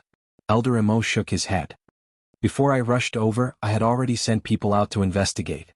However, Haiqing is so big. There are tens of thousands of 4-star hotels and above. Right now the only thing grandfather can do is to rescue you. Right now I can't find Jing Shen, but you are Jing Shen's flesh and blood. I can't allow you to be harmed. Stop the car.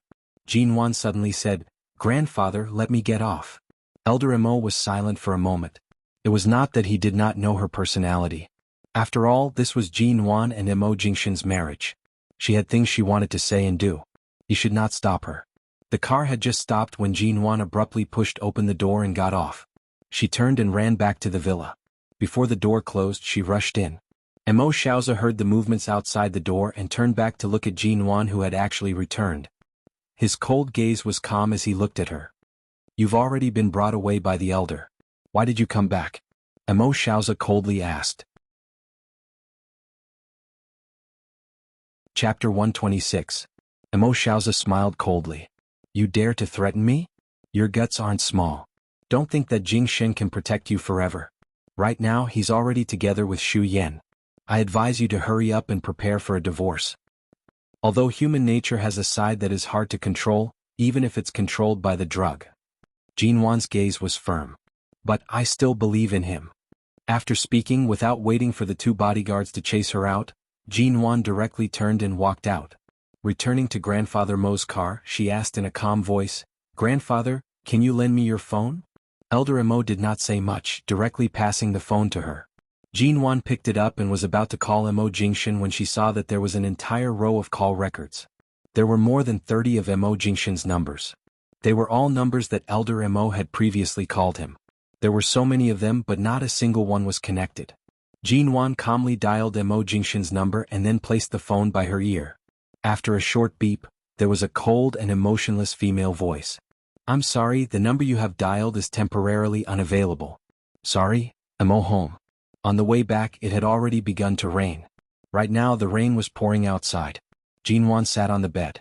The pillow in her arms had already changed shape due to the strength she had used to hug it. The last time she stayed here was on Grandfather Mo's birthday. That night Mo Jingshen said, Relax and be Mrs. Mo.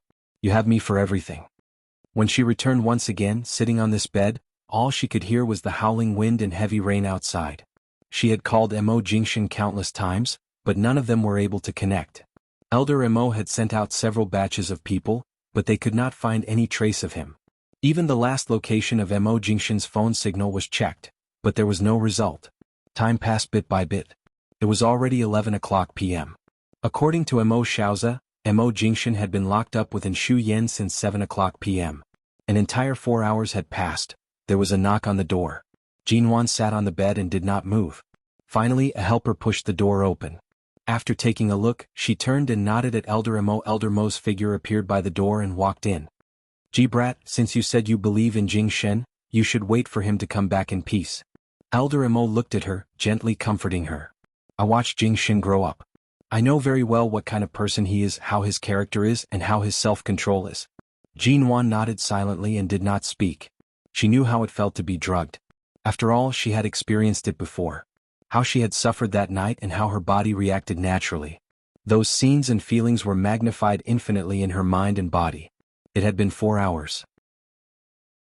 If it was her, if she was locked in the same room with a man for 4 hours that night, she would definitely have a mental breakdown. If she really couldn't control herself in the end, she might hit her head on the wall and would rather die. What about Mo Jingshan? What would happen to him now?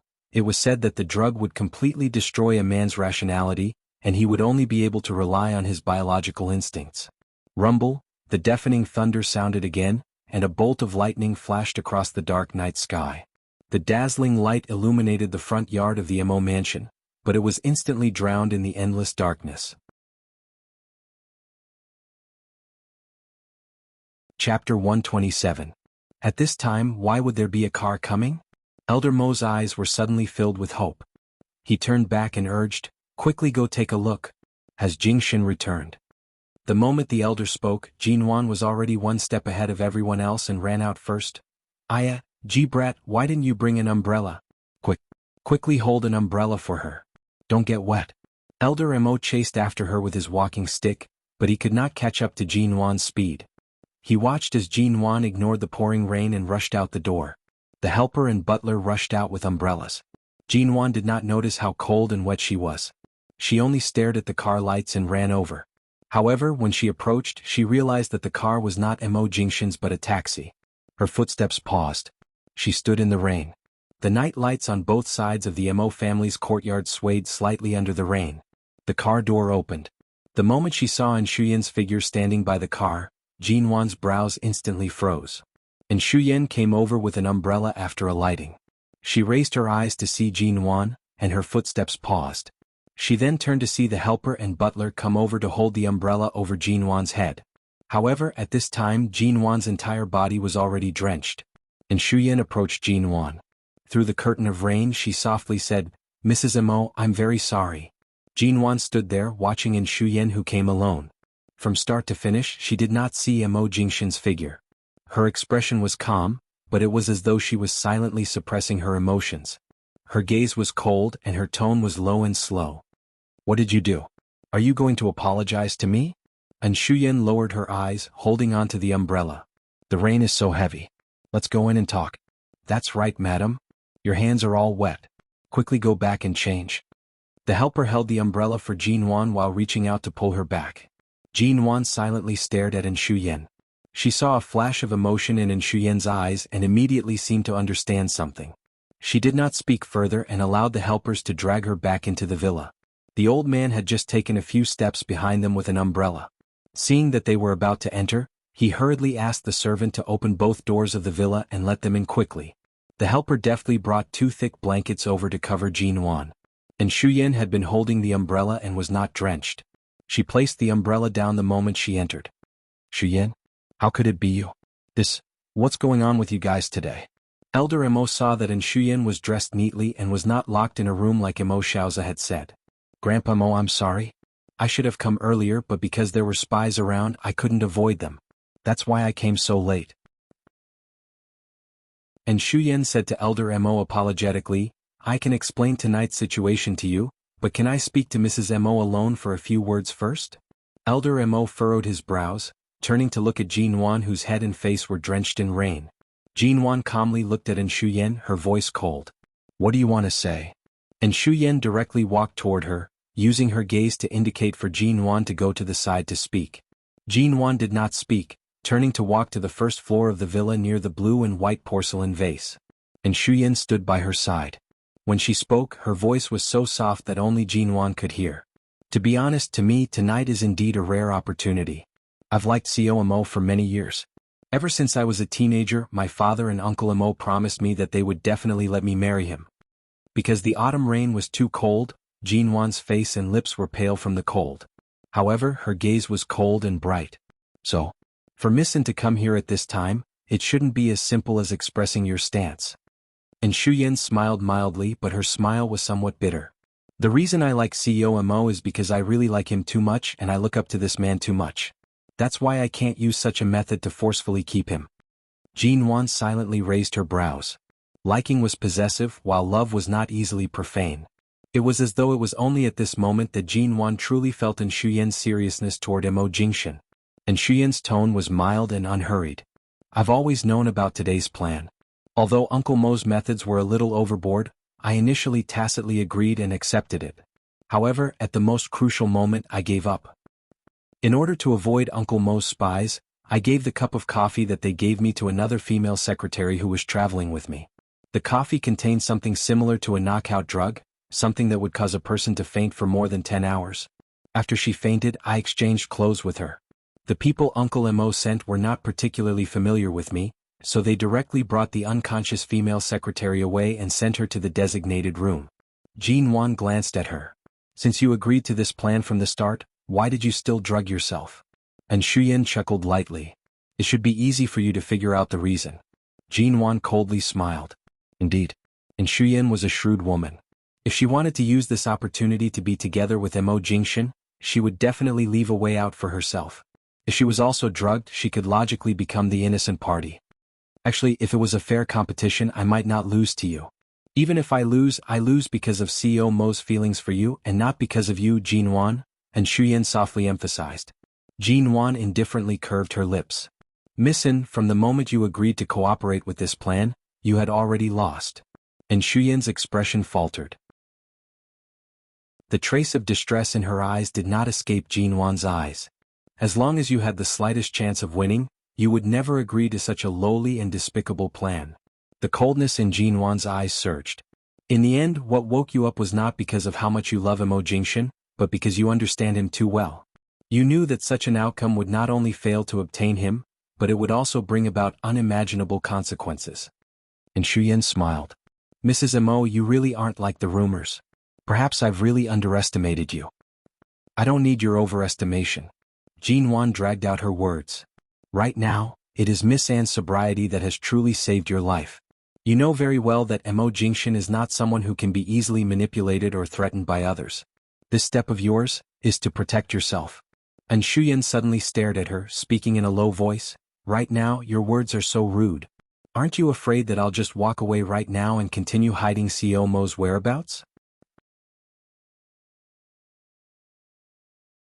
Chapter 128. Even though the rain on Jean Wan's head and body made her look extremely wretched, she was still so calm that Shuyan could not help but want to see through her soul.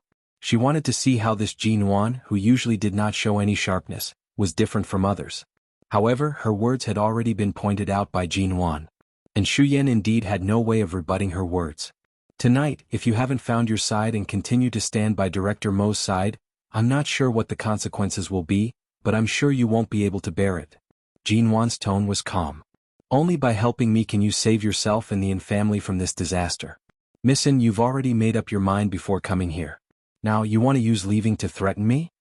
And Shuyan's complexion was no longer as good as before. However, she forced a smile on her lips.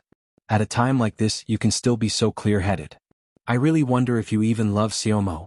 The more uncertain the situation, the more clear-headed I should be, especially when facing you, Missin. If I still lose my composure, then I'm afraid I really am not worthy of the 3 words Mrs. Mo. Jean Wan's expression was calm, her tone mild. Elder Mo could not hear what they were talking about from the other side.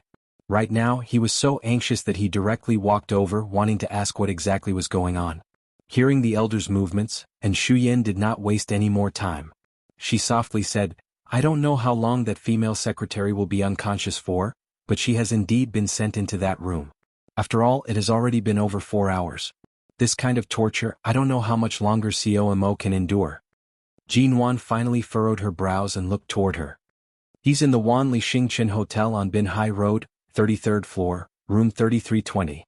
However, the entire 33rd floor is guarded by Uncle Mo's people. It's impossible to directly enter that floor.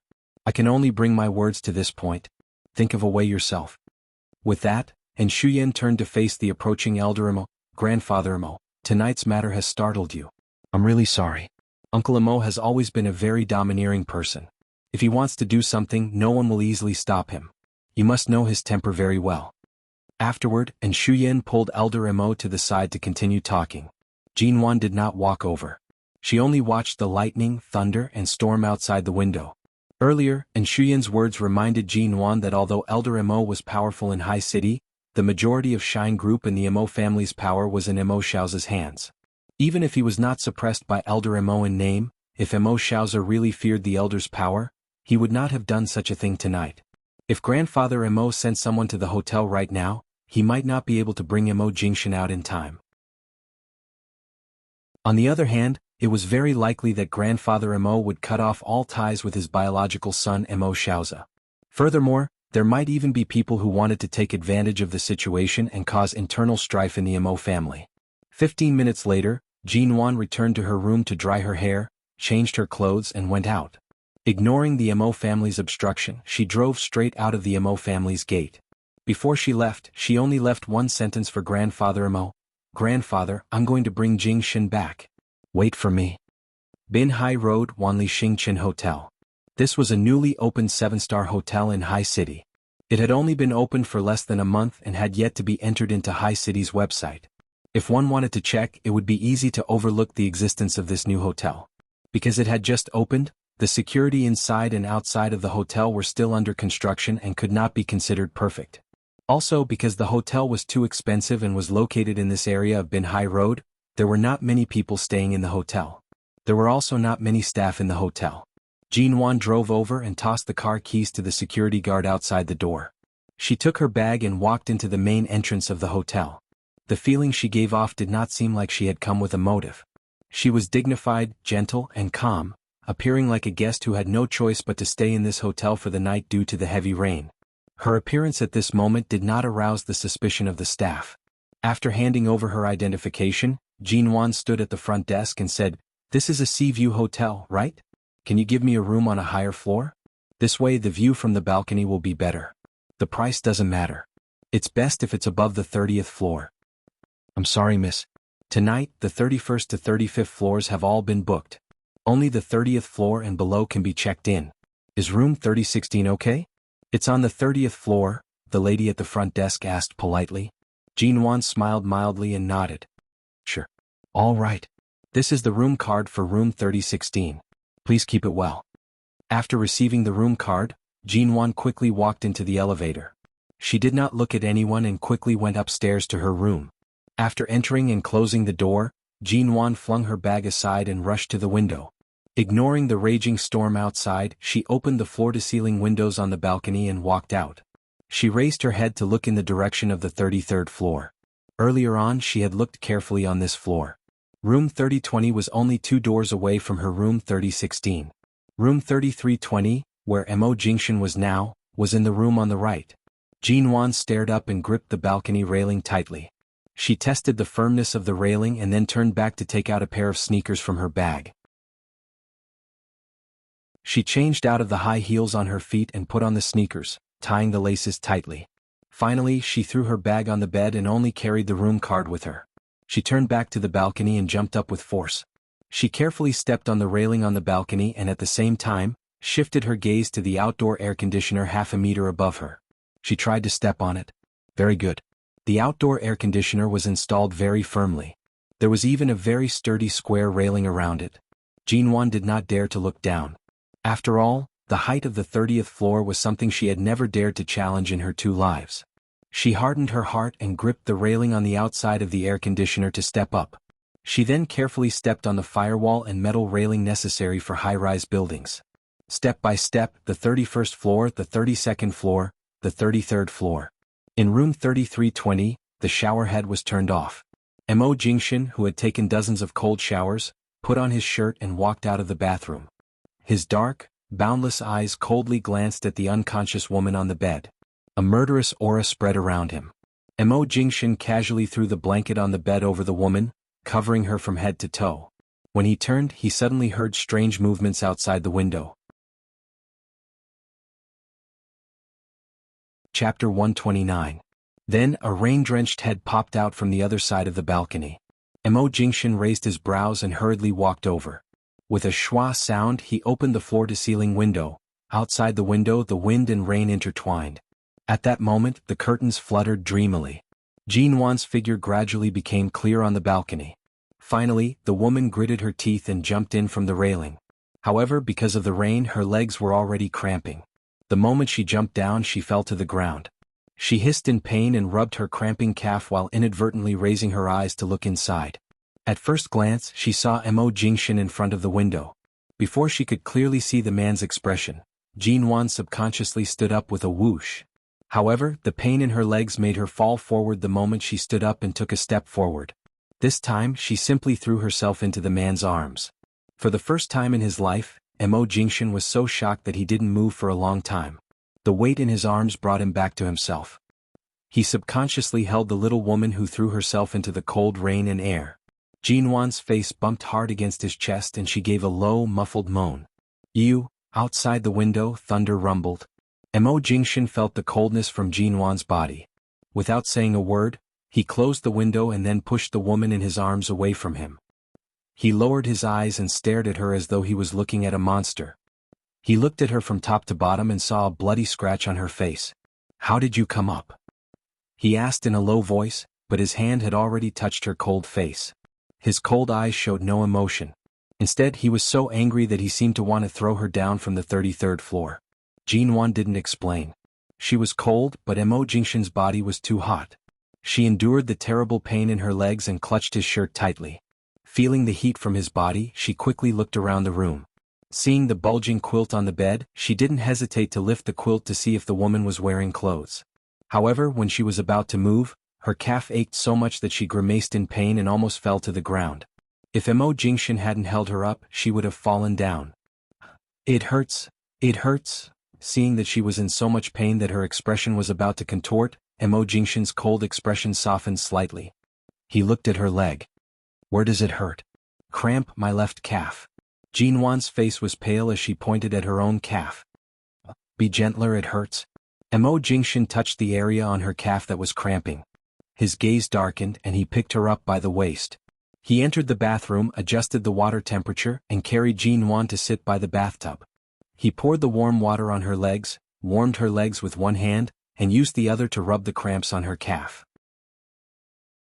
He rubbed it lightly and heavily. After about 2 minutes, Jin Wan's expression finally eased, and her legs were no longer stiff. She moved slightly in his arms. Are you done? He asked. His eyes were still cold, but his hands were still gentle as he massaged her. Jin Wan nodded hard and glanced out of the bathroom. From this angle she could not see the big bump under the blankets. She then saw Mo Jingshin's slightly messy but elegant shirt and trousers. After hesitating for 2 seconds, she reached out to touch his face. Mo Jingshin stiffened because of her movement. His gaze deepened and he pressed her hand down. Don't move. He poured the hot water from the top of her head down, trying to warm her up as soon as possible. Jin Wan could see that he was not feeling well. Her eyes reddened and she threw herself into his arms without a care. When he was caught off guard and took 2 steps back, she hugged his neck tightly and did not let go. She whispered by his ear, Was there a woman on the bed earlier? Mo Jingshin raised his hand and stroked her wet long hair. He said hoarsely, N. There was no time to explain what had happened. Jin Wan hugged him even tighter. Did you touch her? No, he answered without hesitation. Although the man's voice was hoarse, it was much more sober than Jin Wan had imagined. The heavy stone in Jin Wan's heart was immediately lifted. She seemed to finally be able to relax. She leaned into his arms as though she had lost all her strength. She allowed the man to hold her and sit by the bathtub. She allowed him to pour the warm water on her body and warm her up bit by bit. I knew it. Jin Wan could no longer hold back her emotions. She sobbed and hugged him. I knew it. I knew it. Mo Jingshin could hear that the little woman was crying. It seemed like she had finally relaxed but was still afraid. He put down the shower head and hugged her. The strong heat from his body was transmitted to hers. The cold and hot temperatures matched each other perfectly in this rainy night. The door to this room can't be opened. There are people guarding outside, aren't there? Jin Wan asked, choking. Mo Jingshin's voice was still hoarse. Jin Wan sniffled and suddenly sat up from his arms. She looked at him with red eyes. Are you feeling terrible right now? How did you endure it for so many hours? It was clear that she knew everything. Mo Jingshan did not say more. He rubbed her head comfortingly and said calmly, I'm fine. You're still saying you're fine? Right now, your temperature is even higher than a normal person's when they have a fever. Jinwan put her hand on his chest and touched it. She heard the man groan softly because of her touch and his eyes darkened. She leaned over and kissed the corner of his lips. Although her eyes were a little red, they were bright. She said eagerly, then don't hold back now. I'm here. You can do whatever you want now. Mo Jingshan chuckled softly and kissed her lips. He said hoarsely, silly girl, this place is not suitable. Why is it not suitable? Weren't you drugged? You're definitely not allowed to touch women outside. Now that I'm here, what are you enduring? This is the first time I've taken the initiative. You're actually not giving me any face. Jinwan glared at him and reached out to undo his shirt. Mo Jingshan pressed her hand down. Earlier he could at least endure it. But now that Jinwan was suddenly here, and her entire body was wet as she pressed against him, not to mention being drugged, even if it was a normal day, he might not be able to endure her teasing. He pressed her into his embrace, saying hoarsely, not here. There are surveillance cameras. Jinwan's expression stiffened. She stared at him in disbelief and rushed to move away from his embrace. However, Mo Jingshan held her tightly and did not allow her to move. He warned hoarsely, be obedient. Don't move. That.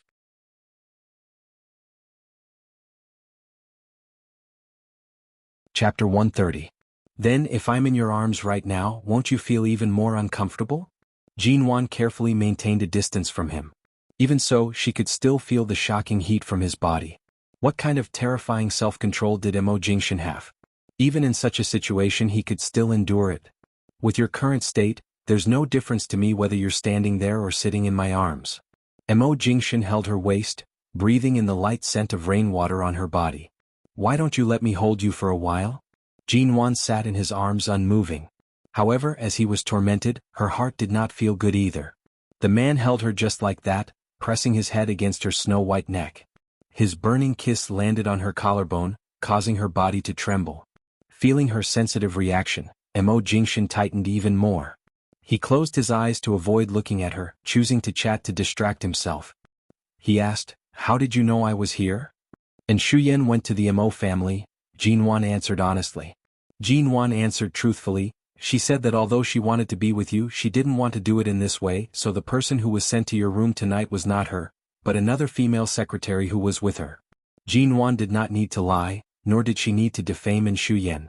After all, Shuyan's motive was something that even she could sense. It was impossible for Mo Jingshan not to know. As expected, after hearing these words, Mo Jingshan opened his eyes. His gaze turned colder and his grip on Jinwan tightened. He said softly, so earlier on you climbed up from below? Although he was softly asking by her ear, his voice carried a hint of danger. Jinwan made a sound, thinking of how to phrase her words so that he would not be angry. I was too anxious. I was afraid that you would lose your chastity, so I'm asking if you climbed up from below. Mo Jingshan's tone became colder. He lowered his eyes to stare into her eyes. Jinwan recalled the frightening experience earlier. When she reached the 32nd floor because the rain was too slippery, she almost fell down. She did not have any protective measures on her. The fact that she was able to climb up with her life was really a blessing from the heavens. I didn't climb very high. From the 30th floor, I only climbed 3 floors, she softly said without much confidence. 3rd floor? Mo Jingshan's gaze turned cold inch by inch. His tone carried obvious anger and reprimand. Do you know which floor this is? Firemen need ladders and ropes to climb a building and you just climbed up like that? Are you tired of living? But the area between the 31st floor and the 35th floor is locked down. I have no other choice. Besides, aren't I fine now? Jinwan reached out to tug on the sleeve of his shirt. She tugged on it gently and whispered, I'm lucky. I'll be fine. At this time, Mo Jingshan's eyes were frighteningly deep. He stared at the bruise on her face and suddenly shook her hand off. Jinwan paused and thought he was really angry. She rushed to stand up, but the man went out and turned the dim light in the bathroom into the brightest one. The moment the light came on, she narrowed her eyes and in an instant, he had returned to the bathroom. Without waiting for her to stand up, Mo Jingshan expressionlessly held her calf that was no longer cramping. He lifted it up and before Jinwan could cry out in alarm, he had already pulled up her pants. When he saw the red marks on her knees and legs caused by the sharp edges of the air conditioner, his gaze turned even colder. I'm really fine. These are just scratches on the surface of my skin. Mo Jingshin did not say a word as he pulled up her sleeves again. He saw the bruise on her wrist and the red marks on her elbows that were even more serious than those on her legs. He then turned her hands over and saw her swollen fingers and bruised palms. Jinwan's gaze faltered. She tried to retract her hand but was held tightly by the man. I'm really fine. I'm just... Jinwan wanted to speak but saw that Mo Jingshin's gaze was frighteningly heavy. She pursed her lips and suddenly smiled to say, "Thankfully the security in this hotel isn't that good. Otherwise I would have been discovered the moment I climbed out. The distance between each floor isn't too far, and there are fixed air conditioners in the middle as stairs. In fact, it's really very safe. I'm not even afraid, so you don't have to." Before she could finish speaking, Mo Jingshin suddenly held the back of her head and pressed her heavily into his embrace. It was very, very heavy. For a moment she could not speak. She felt as though she was being pressed into his body. The man did not say a word and only held her. Jinwan gradually calmed down. She no longer tried to explain or make a sound. She quietly allowed him to hold her, pressed her face against his burning neck and closed her eyes. It had been a thrilling night. No matter what, at least they did not lose each other. That was enough. Earlier, when she climbed up from the 30th floor, she did not think about anything else. Her only thought was to quickly find him and see him. Even if her body was smashed into pieces, she would not give up the slightest chance to help him. Even though she had already calmed down, she did not regret it. In his embrace, Jinwan closed her eyes. Her hand climbed up to his well-defined back and hugged his back. However, due to the heat from his body, she opened her eyes and asked softly in his embrace, "Do you want to soak in cold water?" Mo Jingshin hugged her and did not let go. He gently kissed the top of her head. "With you here, it's useless even if you put me in an ice cellar." "Then what should we do? Why don't we turn off the lights? The surveillance cameras shouldn't be able to capture anything." Mo Jingshin did not speak. Could it be that the surveillance cameras have night vision? Jinwan suddenly raised her head to look at him. He looked at her, silently agreeing. Mo Xiaoza was too ruthless. Although he would not go so far as to specially watch the surveillance footage of his son sleeping with a woman, the reason he installed a camera in the room was most likely to use the surveillance footage as evidence if Mo Jingshin rejected him in the future. Thus, night vision cameras were definitely used. Then what should we do?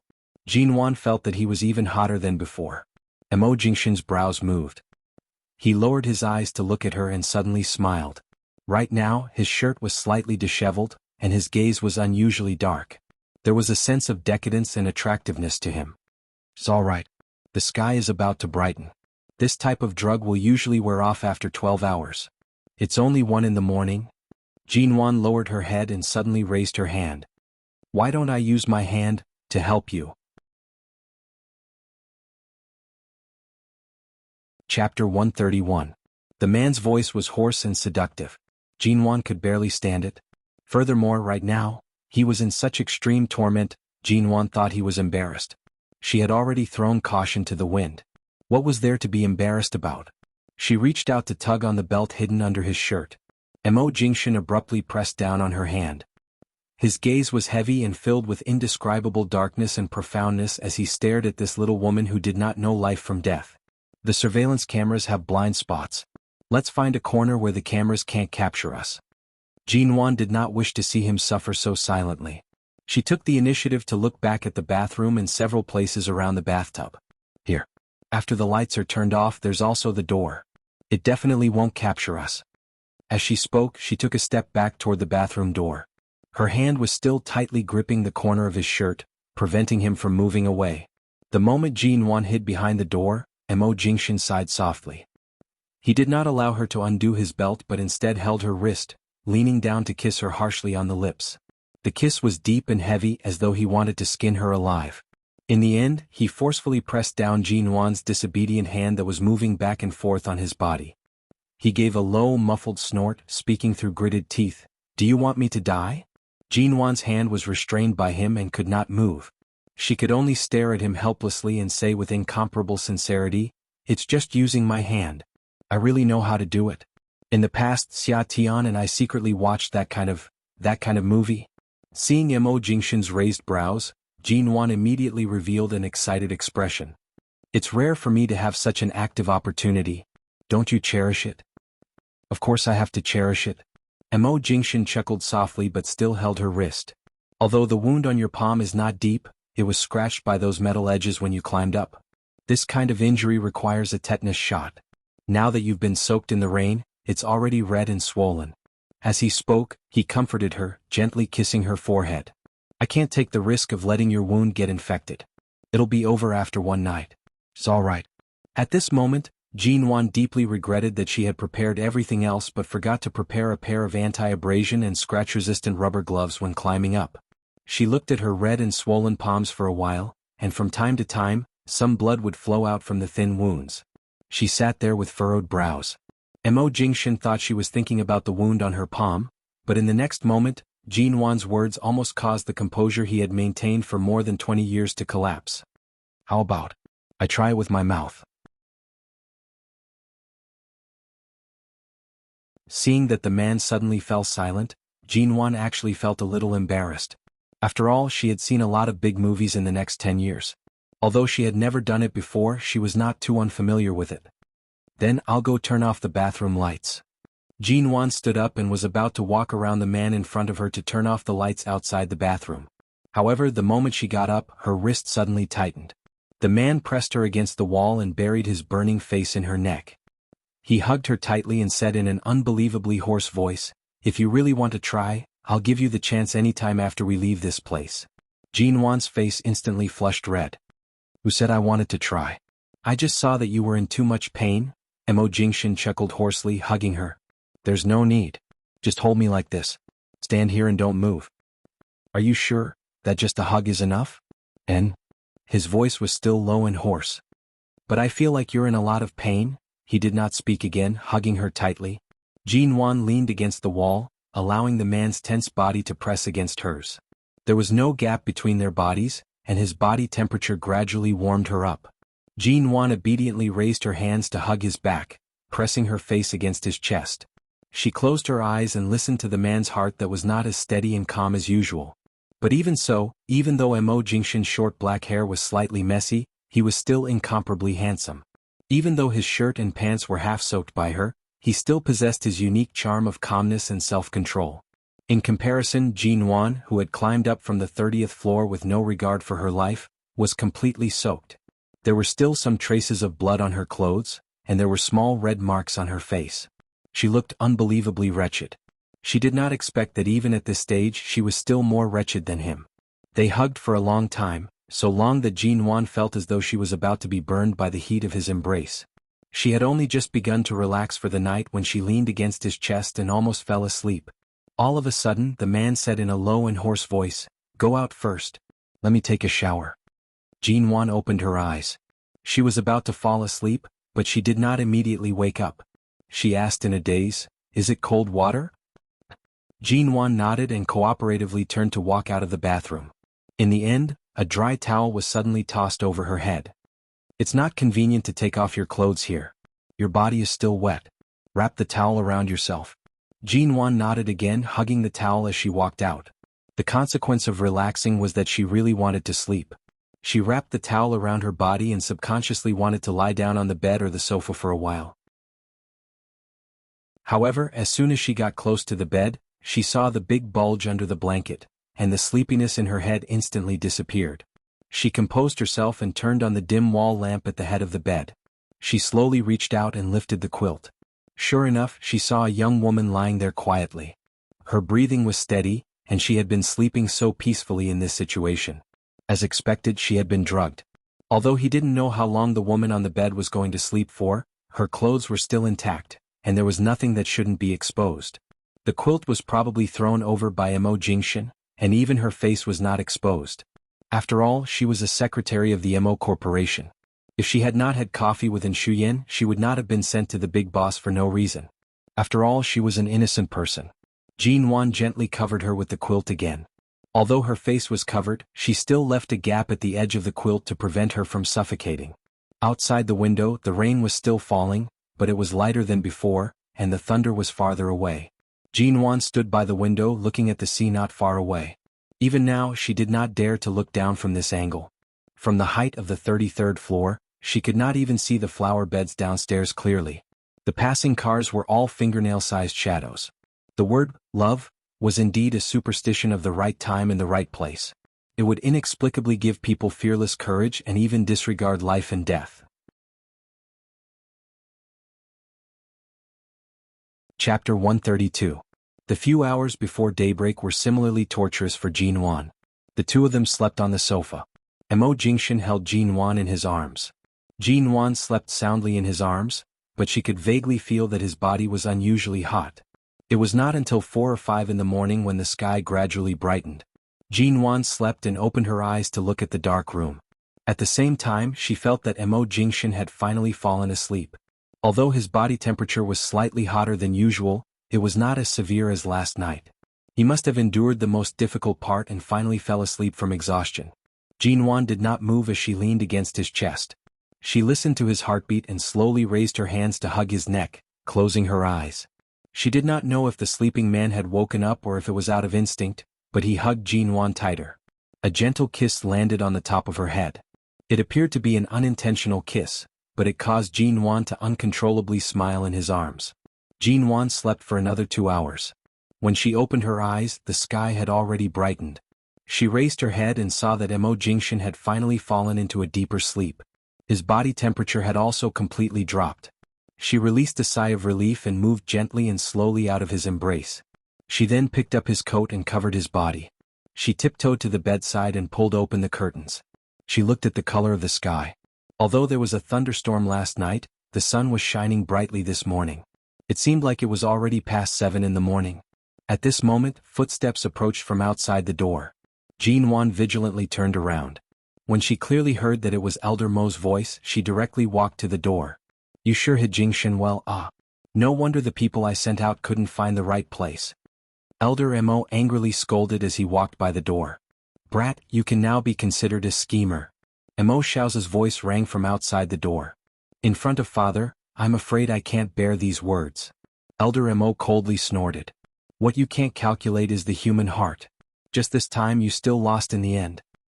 You sure are confident in Jingshan's self-control. Since you insisted on coming here so early in the morning, I won't keep you in suspense. After this door is opened, you'd better face reality and let Xu Yan marry over. That way I won't have to worry about this. Mo Xiao's tone was filled with certainty. Elder Mo chuckled. Then go ahead and try opening the door. Jin Wan leaned against the door and listened to the conversation outside. When she heard the brief sound of a room card being swiped, her brows furrowed and she reached out to open the door from the inside. Mo Xiao's face originally had a hint of a cold smile. That kind of expression really matched Elder Mo's words. It had the flavor of a scheming and far-sighted person. However, the moment Jin Wan's figure abruptly appeared in the room, Mo Xiao's expression instantly stiffened. He quickly turned cold as he stared at her coldly. Why are you here? Jin Wan smiled at him coldly. Good morning, Chairman Mo Xiao's glared at her with an ugly expression. He abruptly wanted to enter the door to check on the situation inside, but Jin Wan stood in front of the door and did not move aside. A man in his 50s who was also Mo Jingshan's father, would not push her away. Elder Mo walked over with his walking stick, secretly giving Jin Wan a thumbs up. His eyes were filled with gratification and praise.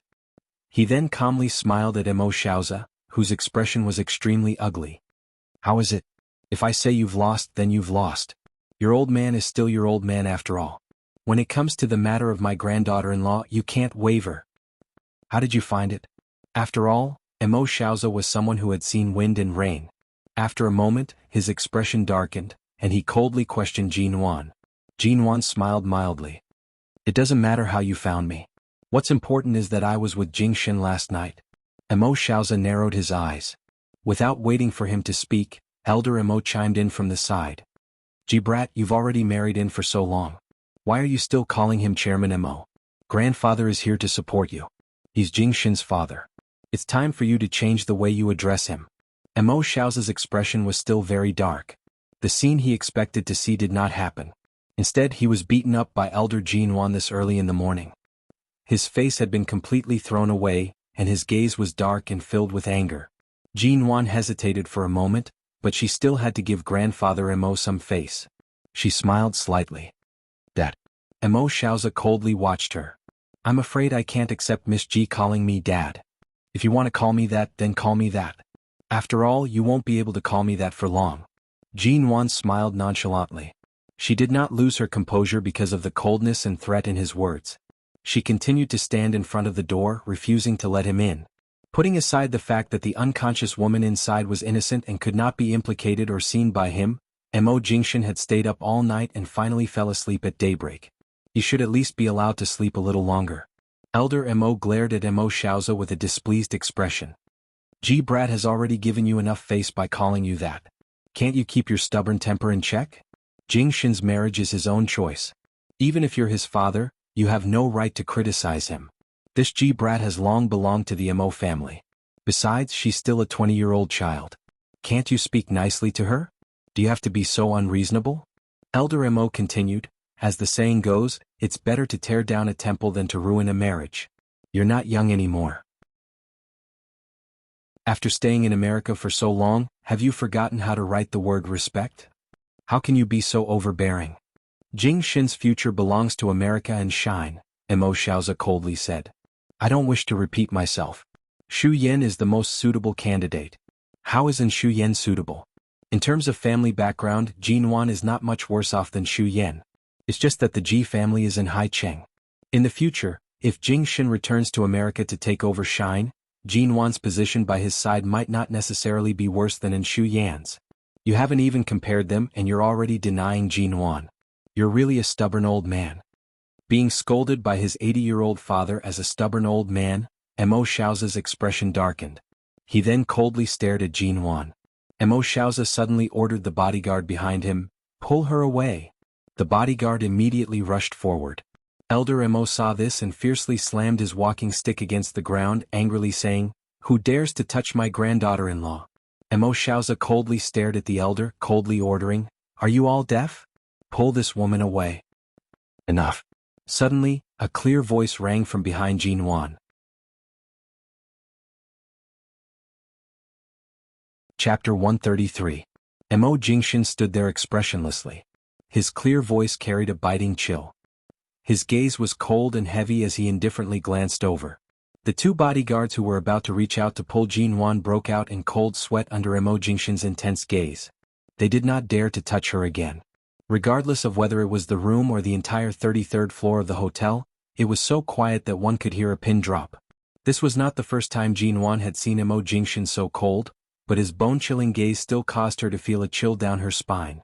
Mo Jingshan's gaze coldly swept past them. Who dares to touch her? Tio Mo, we were just following Director Mo's orders. He was worried about your condition in the room, so he asked us to. The two bodyguards explained with trembling expressions. Mo Jingshan's gaze was sharp and cold. His gaze landed on one of them and his lips curved into a mocking smile. Following orders? Jin Wan stood by the door, silently standing there. From the start, she knew that Mo Xiaoza was completely unable to control Mo Jingshan. Otherwise, he would not have used such forceful methods. Sima Xiao's actions last night pushed Mo Jingshan further and further away. She could feel it from Mo Jingshan's current attitude. In his eyes, there was no longer this so-called father. Cold and chilling. Mo Jingshan approached Jin Wan's side. He lowered his gaze to look at her small face that did not have the slightest hint of fear, and held her hand. Seeing Mo Jingshan's actions as he approached the door, Mo Xiaoza's expression instantly turned cold.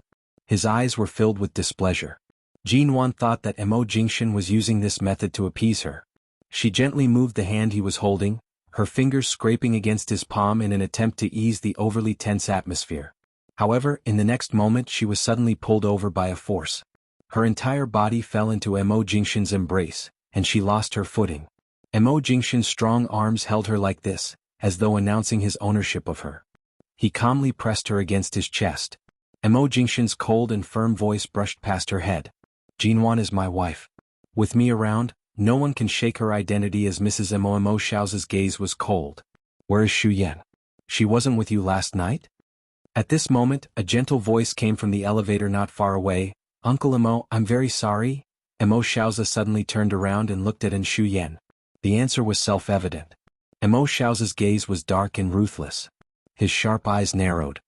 It seems like Xu Yan doesn't wish to use such a method to force others against their will. I can understand her hesitation. She's such a good woman who always thinks for you. Even at this stage she would still give up on this opportunity.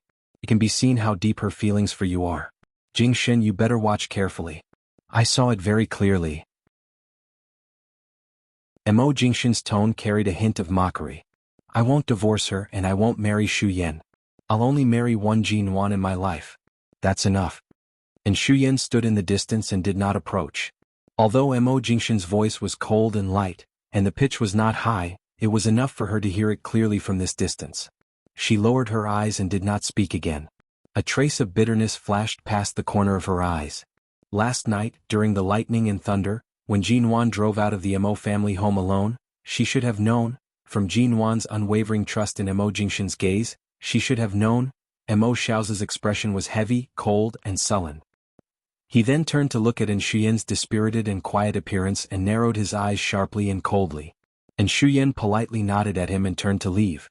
She did not wish to stand here and listen any further. Mo Xiaoza abruptly turned to look at Jinwan, his eyes cold. Jingshin, so what if you care about this Jinwan? Women are just accessories to your career. If not for the Mo family's power, how could Jinwan, who was said to have her eyes on the top of her head, be willing to get married at the age of 20? Before the two of you got married, I'm afraid she didn't even know what kind of person you were. As for now, I'm afraid she still doesn't know. T. Elder Mo suddenly scolded from the side. Women are accessories to your career? If you have the ability, say the same thing to Jingshin's mother when you return to America. Mo Xiaoza furrowed his brows, coldly glancing at the elder. It was clear that he was unhappy that he was everywhere. What are you glaring at? Decades ago, if it weren't for your old man's sharp eyes that allowed you to carry the beauty home, would you have been able to marry Jingshin's mother? Back then she was also a young lady with her eyes on the top of her head. From the start, she did not even have any interest in a bad-tempered brat like you. In the end, didn't the two of you live happily ever after? You even gave birth to such a good grandson like Jingshin. Mo Xiaoza's chest was trembling with anger. Right now, he could not be bothered to argue with the elder. He only coldly glanced at Jinwan. Why aren't you answering? Do you understand Jingshin's past? Do you know what kind of person he is? Mo Jingshin's expression was very indifferent as he pulled Jinwan behind him. Jinwan suddenly chuckled lightly and walked out from behind him. She raised her eyes to look at Mo Xiaoza. Does Jingshin's mother know how old you were when you were weaned? Does she know how old you were when you stopped wetting the bed? Does she know how many teeth you lost when you were 7? Does she know how you held hands and kissed a certain young lady the first time you fell in love with her? Does she know what kind of person you were before you got married? Mo Xiaoza's expression was dark and cold. He immediately glared at her angrily. She definitely doesn't know. Jinwan maintained a smile on her face, but her lips were cold. Her eyes were clear and bright. She did not avoid his gaze in the slightest as she met his cold and ruthless gaze. Since she doesn't even understand your past, I think you can get a divorce at your age. Right now, it's very popular for old to marry the outstanding Shu Yan. Isn't that what you want? You're impudent. Mo Xiaoza abruptly scolded harshly. You're still young but your temper is so fierce. Is this how your Ji family teaches you to be disrespectful to your elders? As your daughter-in-law, I can't even call you dad. This is already a great disrespect to you. Are you lacking a few more words of disrespect? Jinwan retorted. That's right. Elder Mo almost wanted to stand by Jinwan's side and give her a round of applause. Mo Xiaoza angrily closed his eyes. He pointed at Jinwan and then looked at the smiling elder. This is the granddaughter-in-law you chose? Elder Mo nodded repeatedly, his face full of smiles. That's right, the granddaughter-in-law I chose. Mo Xiaoza, dash.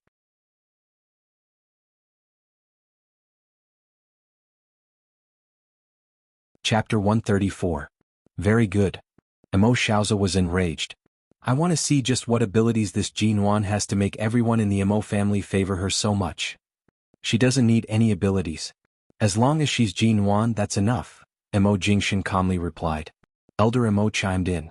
Just as well, this old man also wants to see what abilities Shu Yan has, to be able to force you to use such methods against your own son. Elder Mo glared at Mo Xiaoza, whose expression had darkened. Everyone has their own preferences. You like Shu Yan's radish, yet you insist on forcing her into Jingshin's vegetable pit. Everyone is an individual with their own preferences. As long as Jingshan likes it, as long as the two of them live peacefully, you shouldn't let anyone interfere between them. To think that you're Jingshan's father. Mo Xiaozi coldly smiled.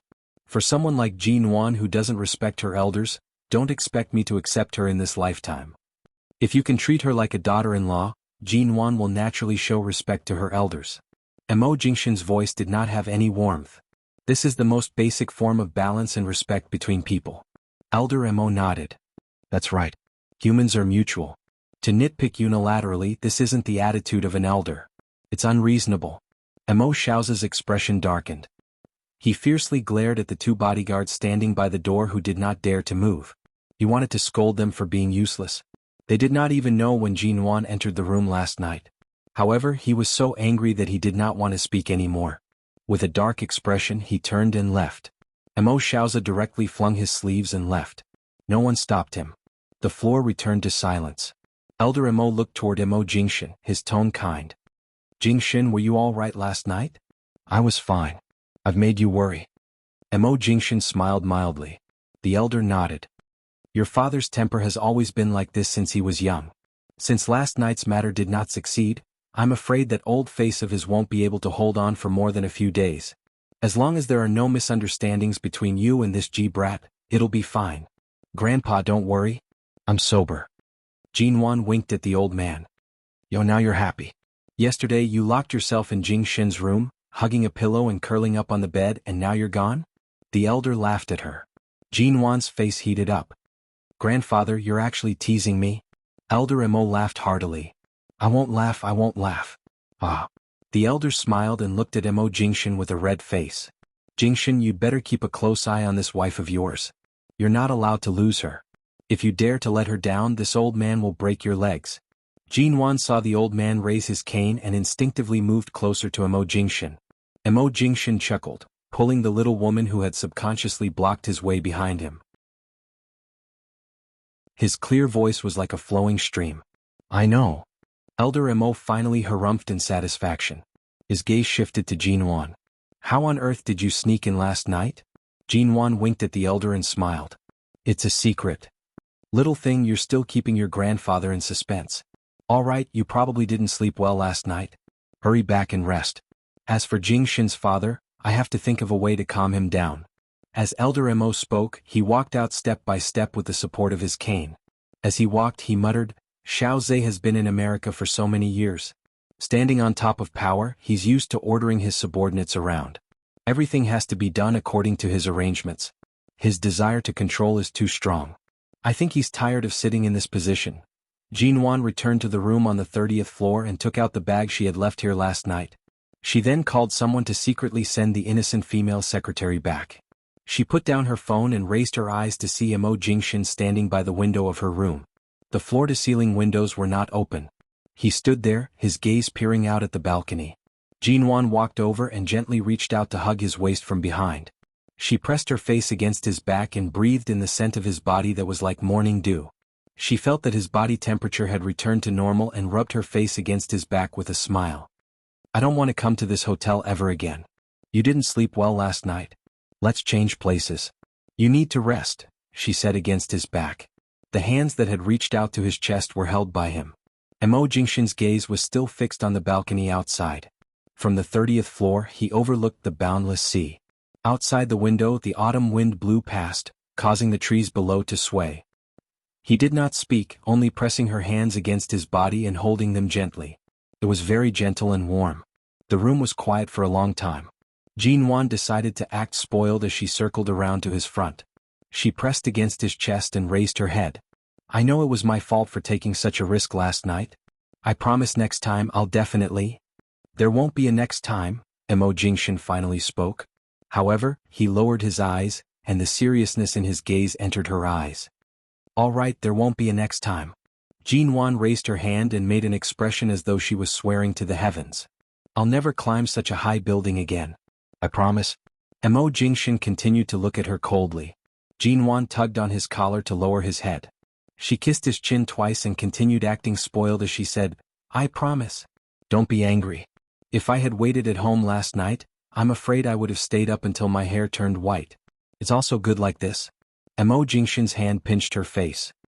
He touched the faint red mark on her face from last night. His warm fingers gently caressed it. His brows were deep and calm as he stared at her, as though he was looking into the depths of her soul. Jinwan's mind was shaken by his gaze.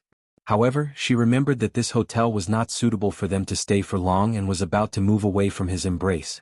However, the man's arms suddenly tightened around her. He stared into her eyes and kissed her. "You don't, dirty?" Jinwan rushed to move her face away. "I haven't showered properly since yesterday. When I woke up, I didn't wash my face or brush my teeth. I'm definitely dirty. Don't kiss me." However, before she could finish her words, her face was abruptly turned back by him. The man's hand supported her face, preventing her from moving away. When he kissed her again, he pushed her teeth apart and kissed her deeply. There was no room for her to dodge at all. She opened her eyes to look at him. In the next instant, the man pressed her against the wall by the window. Because Jinwan did not brush her teeth in the morning, she did not even dare to open her mouth.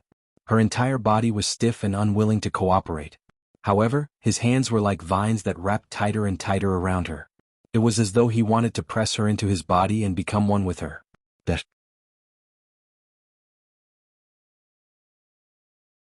Chapter 135.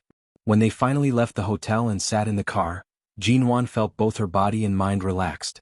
"You didn't rest well last night and were drenched in the rain. Go back and have a good sleep." Mo Jingshin's hand caressed Jinwan's head. "Are we heading back to the Yu Garden?" Hearing the words Yu Garden, Jinwan's expression clearly changed. Without needing her to say anything, Mo Jingshin could see the flash of hesitation in her eyes. "Don't worry. In order to restrict my freedom, he used the method of kidnapping you to threaten me. The helpers in the Yu Garden were all sent away by him. No one was harmed." The man's voice was mild and quiet, but it caused Jinwan's heavy heart to finally fall to the ground. Thankfully, nothing happened to Andy Chen and the rest. The security in the Yu Garden is so perfect. If Andy Chen hadn't opened the door, those people wouldn't have had the chance to sneak in, right? Jinwan asked. Mo Jingshin glanced at her, holding her small hand. "Forget it. Come back to the company with me.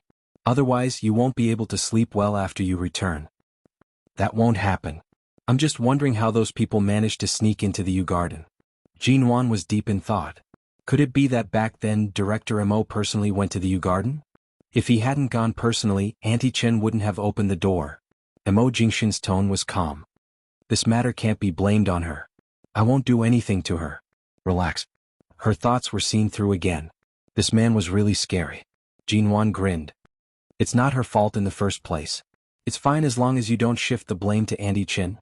If you want to protect Andy Chen, just say it." Mo Jingshin glanced at her, his low voice escaping from his throat. "Today, come back to the company with me. When I have a meeting, the break room in the office is yours."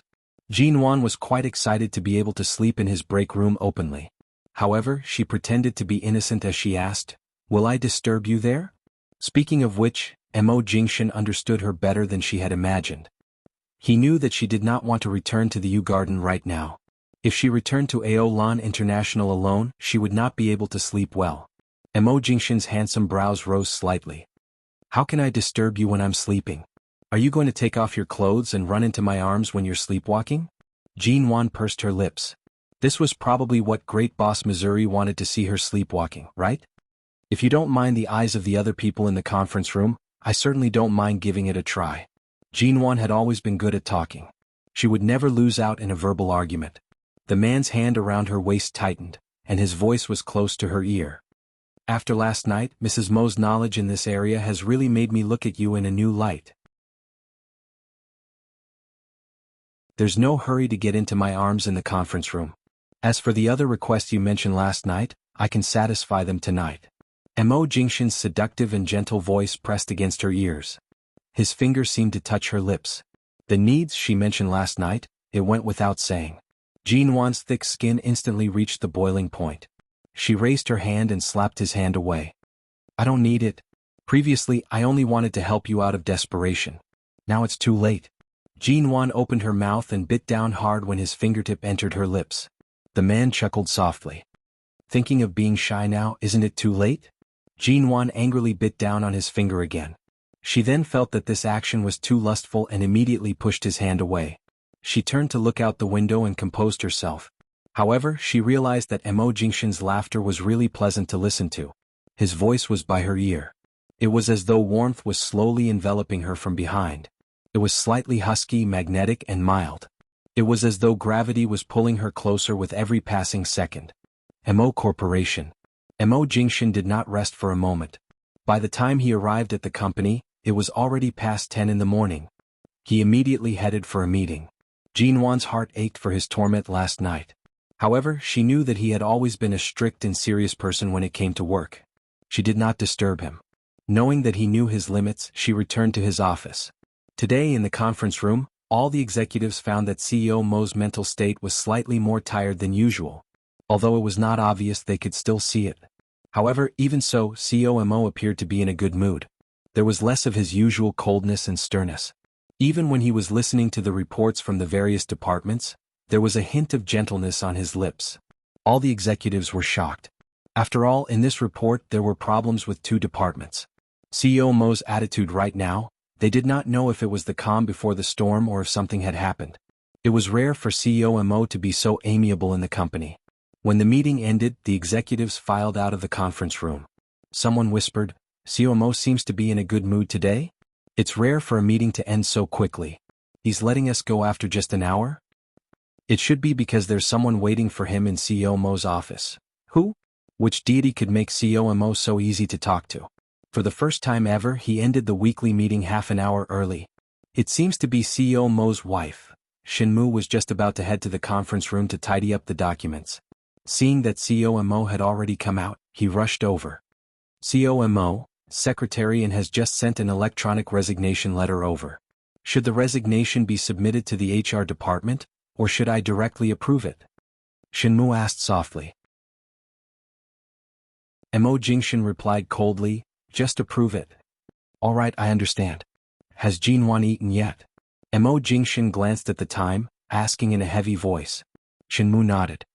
"Earlier at 11 o'clock p.m., I originally wanted to send someone to a nearby hotel to bring her a nutritious lunch. However, she said that she would be fine eating the company's staff meal. I followed her request and brought her lunch from the staff cafeteria. Right now she should be almost done eating." "Staff meal?" Mo Jingshan's brows moved. He did not say more and directly entered the elevator. When they reached the office, Mo Jingshan pushed open the door. Inside the office, Jinwan sat quietly on the sofa.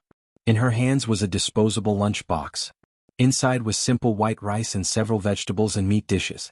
Although the Mo Corporation staff meal was also nutritious, it was still too simple. It was even more common than ordinary home-cooked dishes. Looking at the lunchbox in her hands and then at Jinwan's satisfied expression, Mo Jingshan's usually calm eyes revealed a trace of gentleness. "How do you feel eating the staff meal?"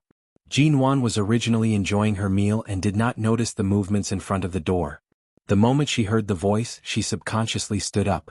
The lunchbox in her hands almost fell to the ground.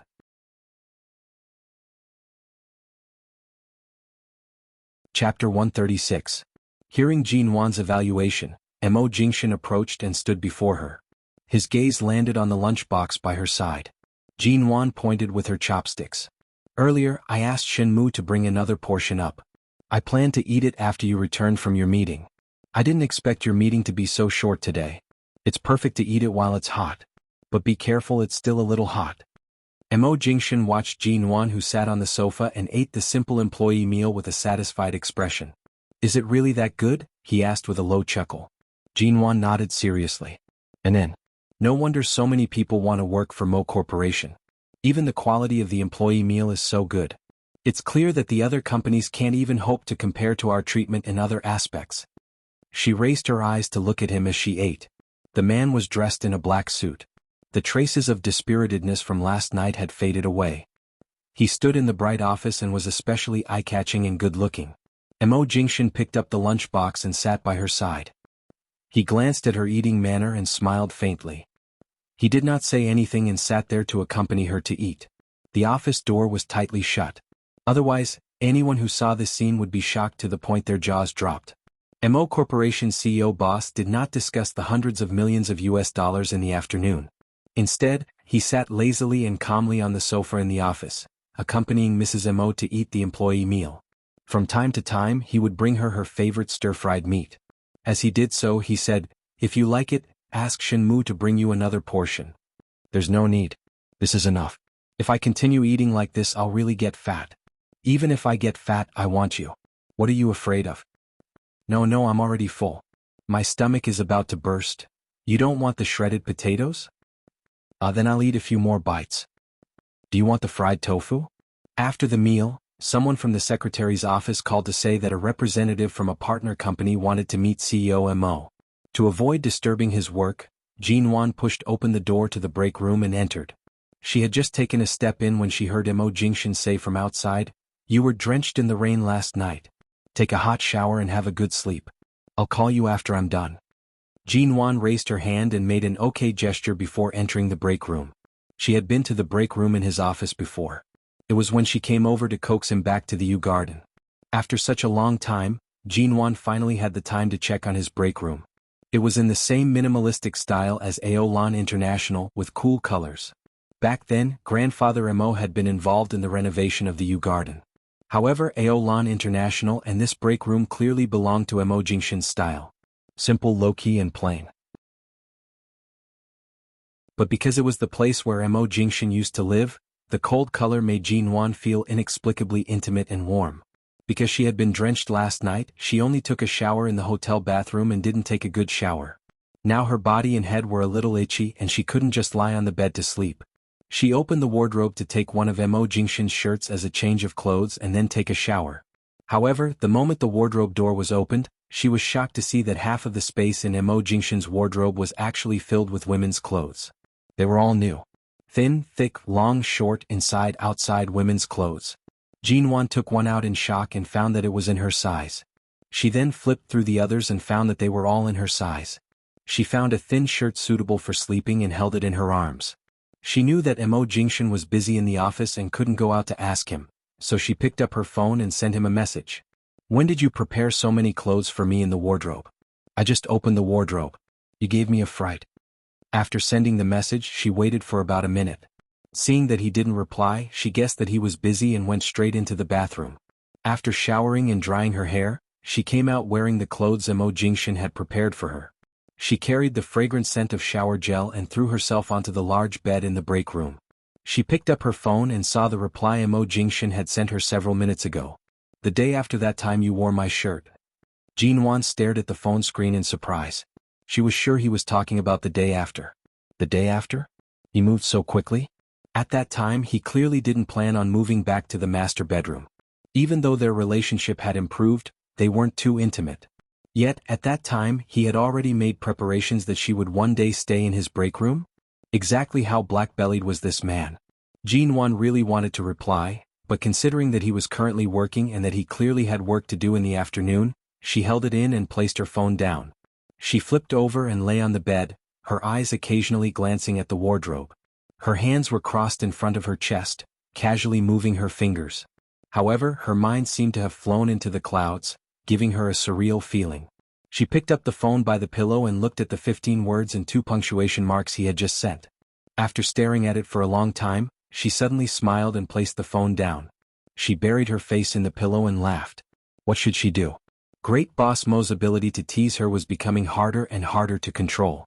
A few clothes and a message were enough to make her unable to calm down. Jinwan flipped over again, thinking that she wouldn't be able to sleep anymore. However, last night had been so thrilling, and her mental state was unable to take it. She closed her eyes and began to count sheep, forcing herself to sleep. 1 sheep, 2 sheep, 3 sheep for sheep. 98 Mo Jingshans, 99 Mo Jingshans, 100 Mo Jingshans, 101 Mo Jingshans. Jinwan abruptly grabbed the pillow and pressed it against her head. Damn it, she couldn't sleep. The man outside was still focused on his work. Right now, her maiden heart was already stirred to the point where she couldn't sleep. In a certain staff office in the Mo Corporation, discussions were rife. I heard that Assistant Shin sent 2 sets of employee meals to the CEO's office today. Guess who those 2 sets of employee meals were for?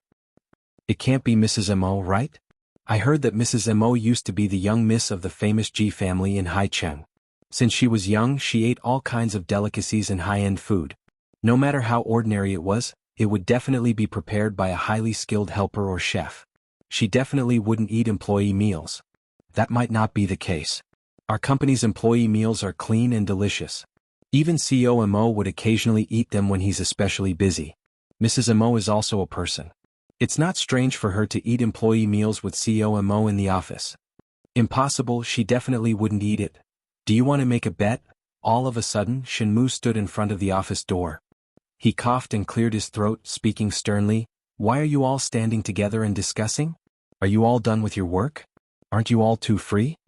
In an instant, the employees scattered like birds, quickly leaving.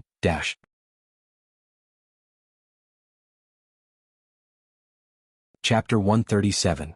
In the evening, it was almost time to knock off. Mo Corporation's CEO's office. The business partners received a satisfactory contract and chatted politely for over 10 minutes before finally leaving. The office returned to silence. Mo Jingshin's gaze landed in the direction of the break room. After the secretary and assistant came in to report on the day's work, he glanced at the time and closed the documents in his hands.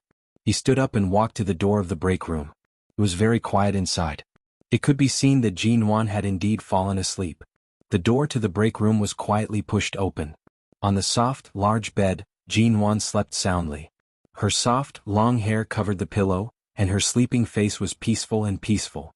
Her phone was placed by the pillow within reach. It was as though he could see that she was still debating whether to pick up her phone to reply to his message before she fell asleep. Mo Jingshin smiled and picked up her phone, placing it on the bedside table. Jin Wan slept too soundly. Mo Jingshin sat down by the bed and watched her sleep. He did not move and only watched her like this. In the stormy night, the little woman seemed to have descended from the sky, climbing up from the balcony and rushing into his arms with a body full of injuries.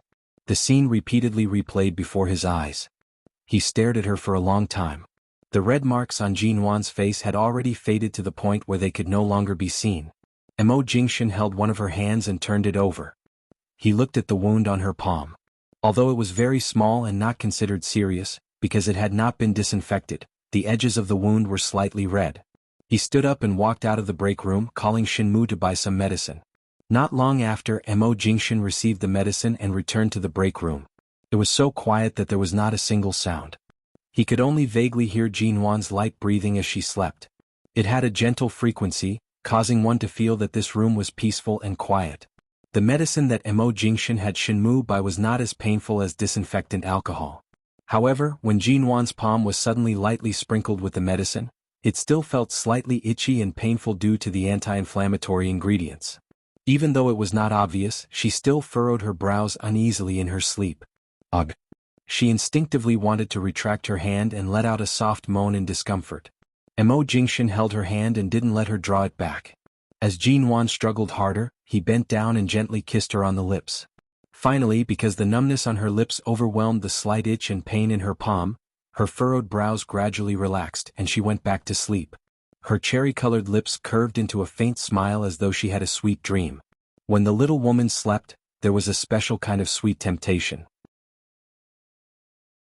If it weren't for the fact that both his hands were occupied and he had to continue applying medicine for her, Mo Jingshin would not mind pressing her under his body and kissing her harshly for a while longer. He slowly got up and gently held her hand. He slowly sprinkled white medicinal powder on the small wounds on her palm. The wounds weren't serious and didn't need to be wrapped with gauze, but the simple disinfection and anti-inflammatory process couldn't be neglected. Jin Wan's clothes were thin and loose. Mo Jingshin could easily pull her sleeves open and apply medicine on the wound on her arm. He then lifted the hem of her clothes. The man who was about to continue applying medicine on her leg paused for a moment. After showering, she had directly put on these clothes. There was nothing under the clothes and the scenery under the clothes was completely exposed. Mo Jingshin suppressed the fire burning in his eyes. After applying medicine on the wound on her leg, he placed the medicine on the bedside cabinet. Then he lowered his eyes. He watched the little woman who instinctively curled up her legs due to the slight coldness of the blanket being pulled aside and the hem of her clothes. Last night the two of them did not rest well. Originally he should have let her sleep a little longer. However, this scene was too shocking. Mo Jingshin's extraordinary self-control, which he was able to maintain last night under the effects of the medicine, almost completely collapsed at this moment. He bent down and picked up a strand of her hair. The fragrance of the shampoo and shower gel mixed with the faint fragrance of her body. Mo Jingshin curved his lips, planting a kiss on her hair. He then tilted his head, planting a kiss on her fair and beautiful brows. Slowly, he moved down to her small and straight nose, and then slowly covered the soft lips that he had not kissed enough earlier.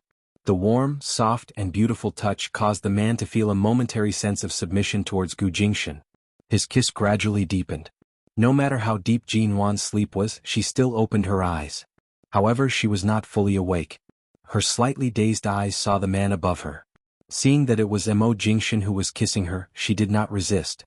Taking advantage of the gap between their lips, she murmured with a smile, "Are you done with your work?" And Mo Jingshan's movements did not stop. His palm had already touched the softness of her chest through her thin clothes. The kiss on her lips deepened, and his other hand held her waist. The man's kiss moved past her cheeks, lingered on her lips and slowly moved down to her neck. Because Jin Wan had actually fallen asleep under him, the man suddenly bit down on her collarbone, causing her to shiver.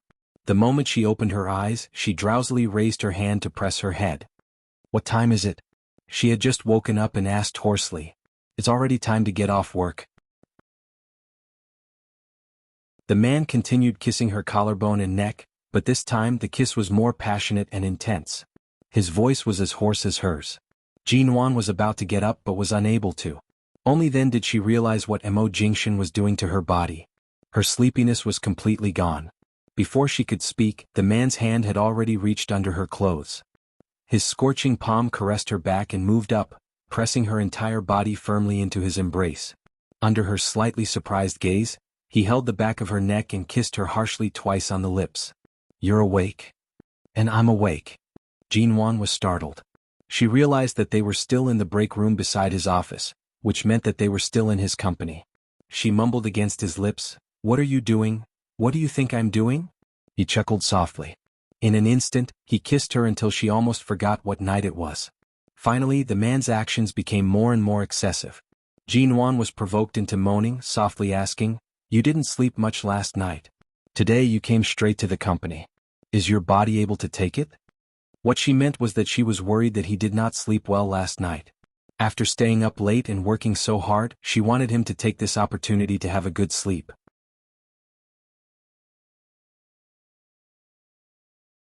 Chapter 138. What I mean is, before Jin Wan could finish her words, Mo Jingshan's kiss was already hot and intense. He pried open her lips and invaded her teeth. This is the company, the office." Jin Wan wanted to speak, but her words were choppy. Every word was swallowed by him. Even the places he kissed were more intense than before, causing her to tremble non-stop. Her neck, collarbone, shoulders, chest, and even further down, Jin Wan was very sensitive, so sensitive that her entire body trembled from his teasing. Those kisses were filled with an even more passionate and infatuated flavor, causing one to be unable to extricate themselves. He tasted every inch of her, not letting go of a single trace of her sweetness. "Even if you're off work, there should still be people in your company." "Ugh, don't. Let's go home first." "Not good." The man's resolute and decisive voice landed on her lips once more. Under Jin Wan's nervous and embarrassed expression, he said, "Weren't you very powerful last night?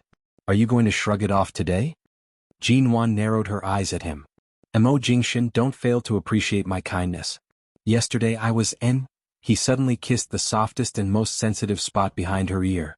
She immediately moaned, and then she heard Mo Jingshan nibbling on her ear. His voice was rough and low, which he had been holding back for a long time. "Last night, if it weren't for the surveillance cameras, I would have definitely done it until you couldn't say a single word. Jin Wan, how could I let you go now?" She clearly felt that the man could no longer restrain himself. His lower body was hot and dangerously pressing against her. Jin Wan whimpered from his kiss and didn't know where to place her hands for a moment. In the next instant, Mo Jingshan pulled up her hand from the bedsheets and pressed it against his body. "Come, I'll satisfy you." His voice was low and there was a hint of naughtiness in it. She suddenly shivered and couldn't retract her hand no matter how hard she tried. The temperature of her hand was so hot that her whole body felt like it was burning. She blushed and turned her head away to avoid looking at him. This was the first time he had broken through the original boundaries. She could only blame herself for daring to say anything in a moment of desperation last night. Now she finally suffered the consequences. In just a moment, her hands were sore and tired. However, because of the movements of her hands, Mo Jingshan planted numerous kisses on her shoulders and cheeks. I can't take it anymore. She was now annoyed by the emptiness. Just as she was about to retract her hand, her wrist was clasped by the man's palm.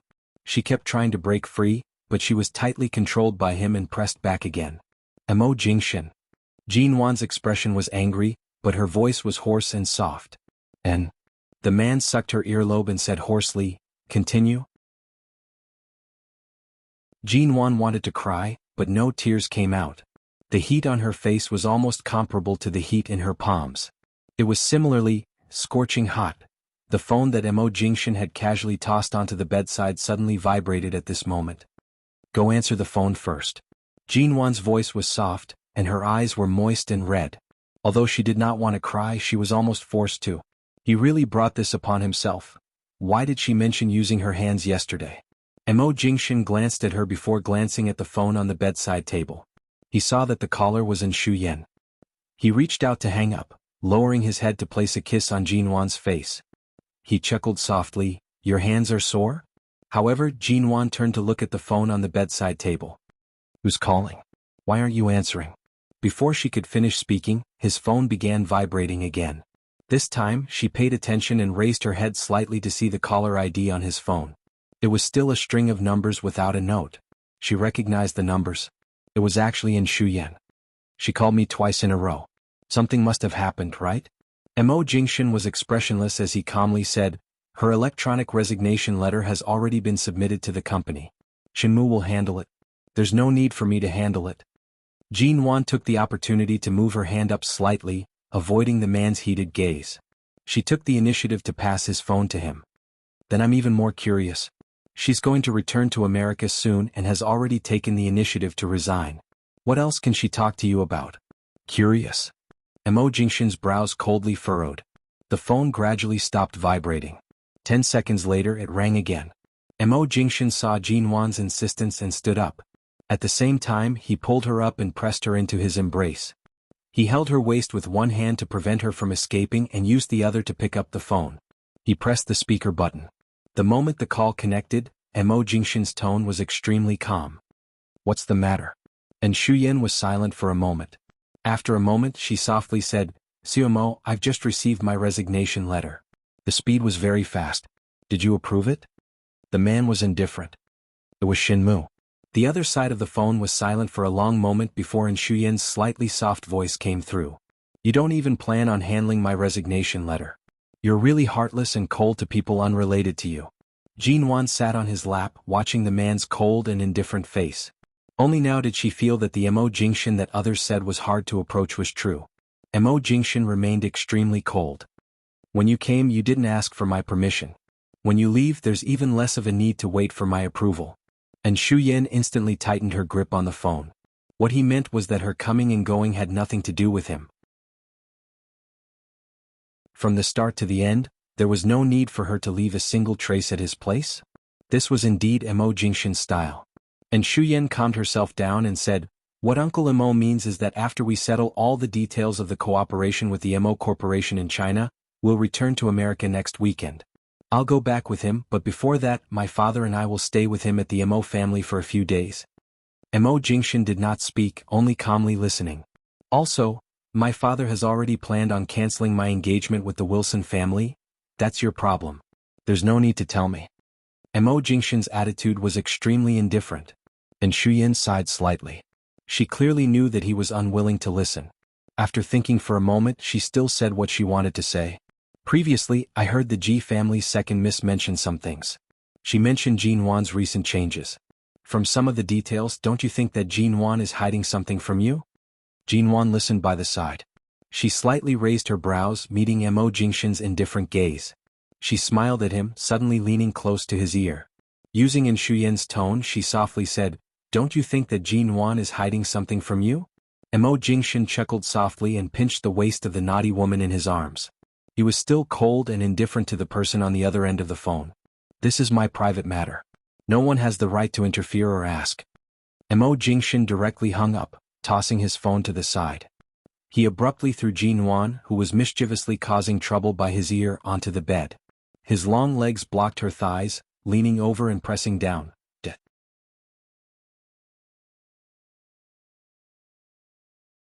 Chapter 139. Jinwan did not even have the chance to struggle or cry out.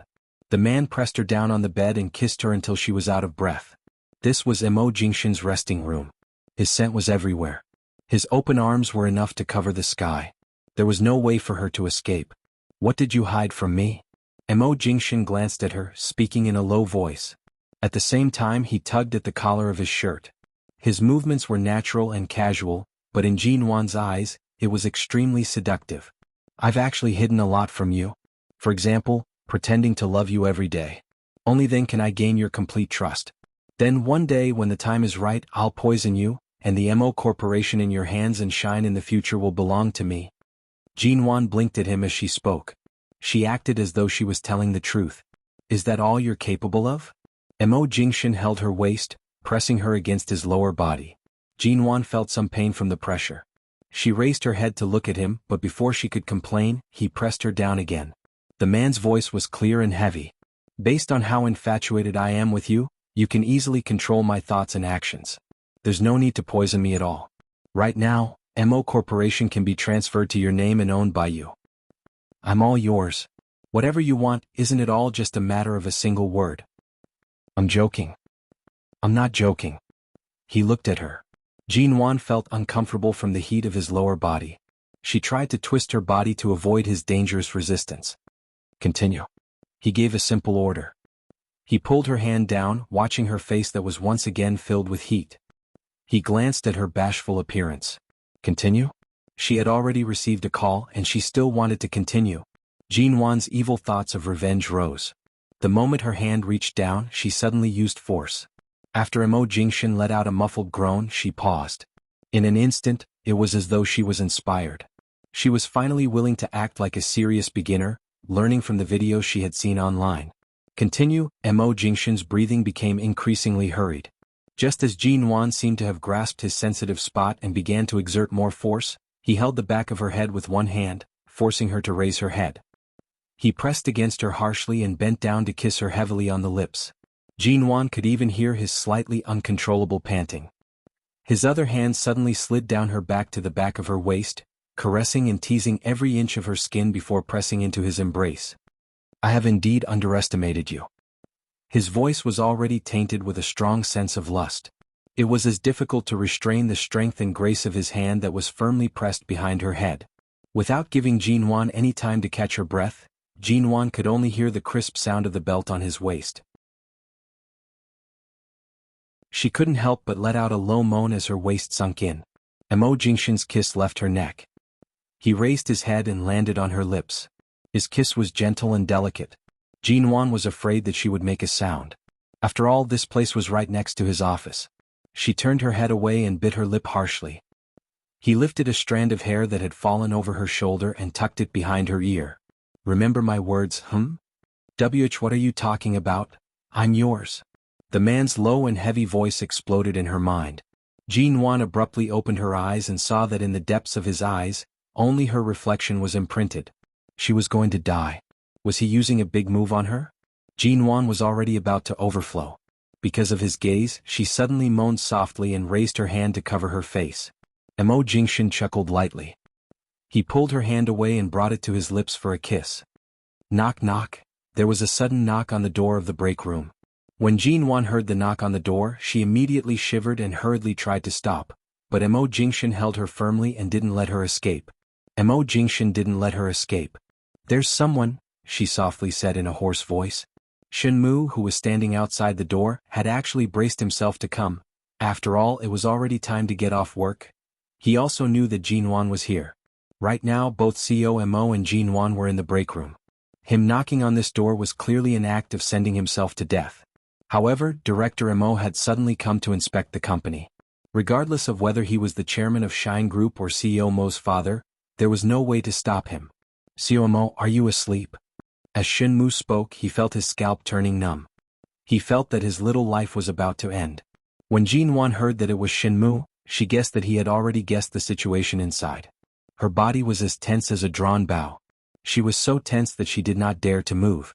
Mo Jingshan also trembled because of her body's instinctive reaction due to her nervousness. He abruptly lowered his head and bit down on her fair shoulder, barely holding back the moan that almost escaped his lips. What followed next was like a reward and punishment. Not only did the man's actions not stop, they became even more violent and impudent. Yet it was extremely comfortable. Jinwan glared at him and could not help but moan softly. Outside, could it be that they had already heard it? While she was worried, she was also stimulated to the point that her entire body was trembling. She clearly knew that this was not the right time to continue, yet she was willing to sink into it and be consigned to eternal damnation. Jinwan woke up from a slight jolt. She opened her eyes and discovered that she was in a limousine, separated from the driver's seat in front. Her memory paused at the moment when her mind was about to scatter. It was as though she could still remember the impudent act that surpassed her rationality. She abruptly turned her head, only to meet Mo Jingshan's deep and boundless gaze. Mo Jingshan, you really fainted at the right time. Jinwan completely did not expect that she would actually faint. At that time she really could not gather her emotions. She could not remember how it ended, how she showered, or how she put on her clothes. She narrowed her eyes at him. In the future I'll never go to your company again. Shenmu most likely already knew about it. Mo Jingshan chuckled hoarsely, rubbing her puffed-up face. We're husband and wife. What can he do even if he doesn't know? The man was still dressed in a well-fitted suit. This simple suit and shirt style might not look good on other men, but on Mo Jingshan, it gave off a refreshing feeling. It was surprisingly fitting and perfectly matched his cold, indifferent, yet well-mannered character. Back then, Shenmu suddenly came to the office to look for you. Did something happen? Jinwan did not wish to discuss the incident in the break room and directly changed the topic. The people from Shine Group came to the company for a surprise inspection. They only arrived for half an hour before leaving. Mo Jingshan's hand slowly rubbed Jinwan's earlobe, a hint of a smile in his eyes. At that time, I had already carried you into the bathroom and soaked you in a daze.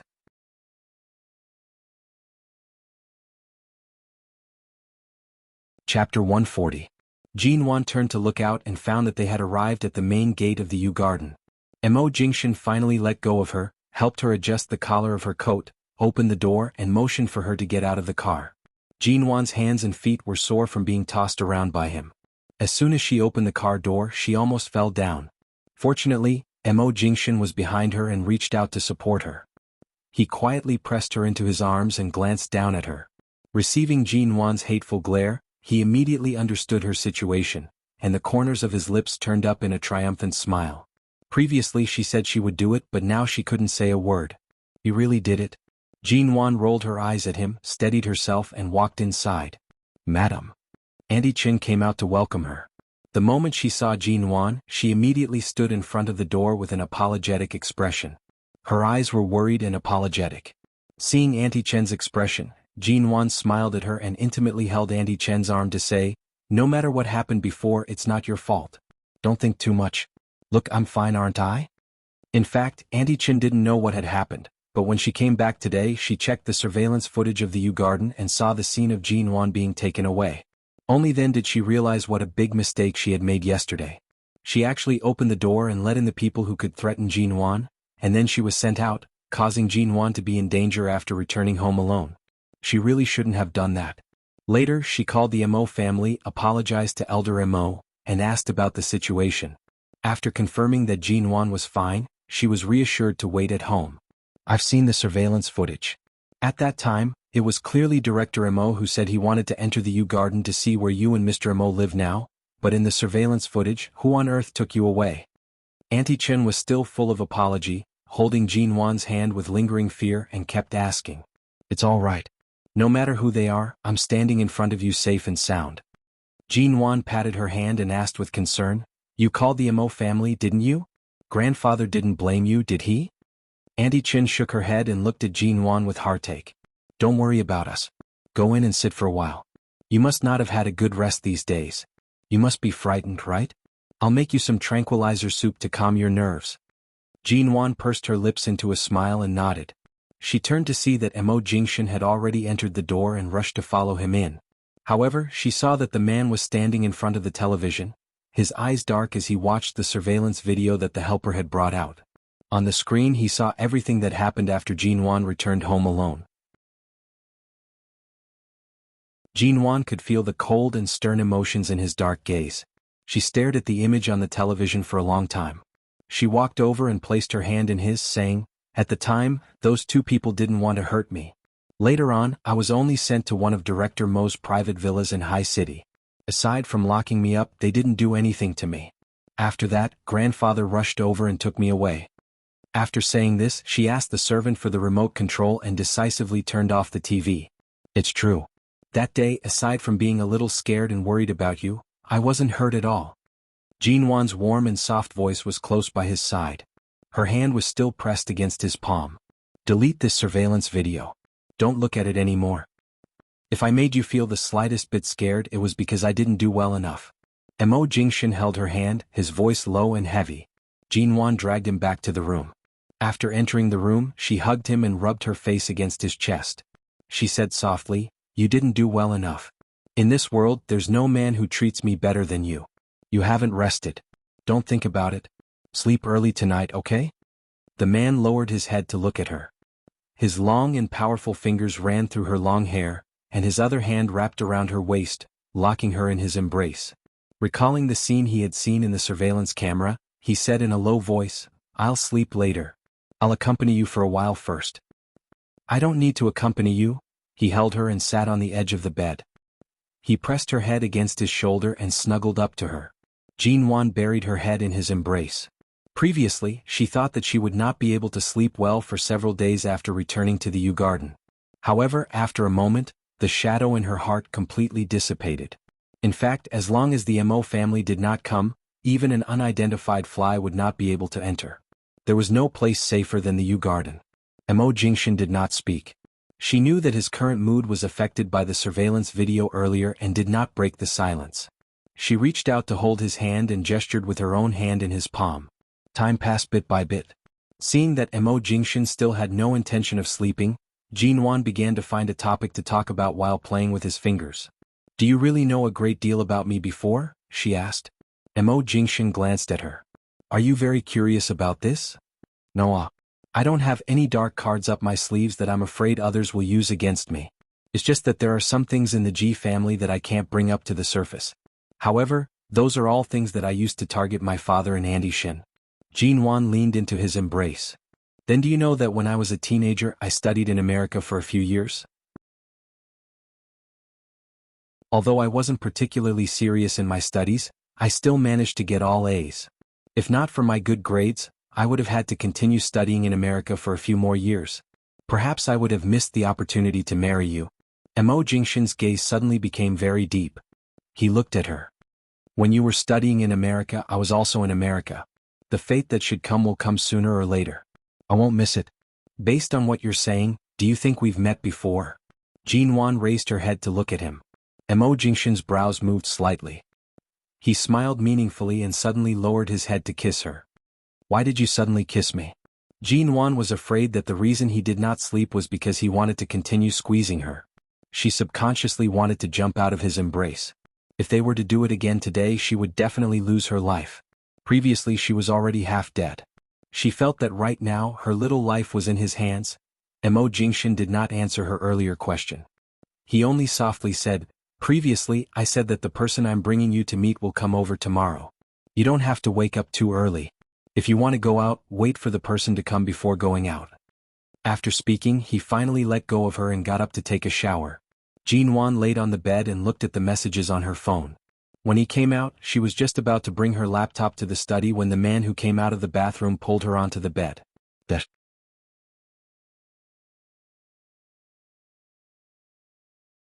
Chapter 141. Hurry and go to sleep. I'll go to the study. Jinwan reached out to retrieve the laptop that had fallen on the carpet by the bed. Mo Jingshin placed her on the bed and pressed his body against hers. He planted a kiss on her swollen lips that had been ravaged in the afternoon. "Tired?" He kissed her. Jinwan nodded seriously. She was really tired. She almost hugged his thigh and begged him to spare her life. This man's stamina was not something she could handle. He lowered his head and kissed her ear. Then, he lay down beside her and stretched out his long arms to hold her in his arms. His low and husky voice was accompanied by his warm breath in her ear. "Sleep with me, En?"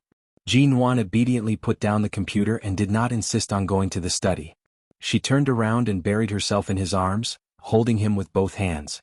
She gently said in his arms, "All right." The next day, when Jinwan woke up, it was already past 9 in the morning. After washing up, she changed her clothes and went downstairs. Seeing Auntie Chin busily serving breakfast to the dining table, she felt that she hadn't felt this warm and peaceful in a long time.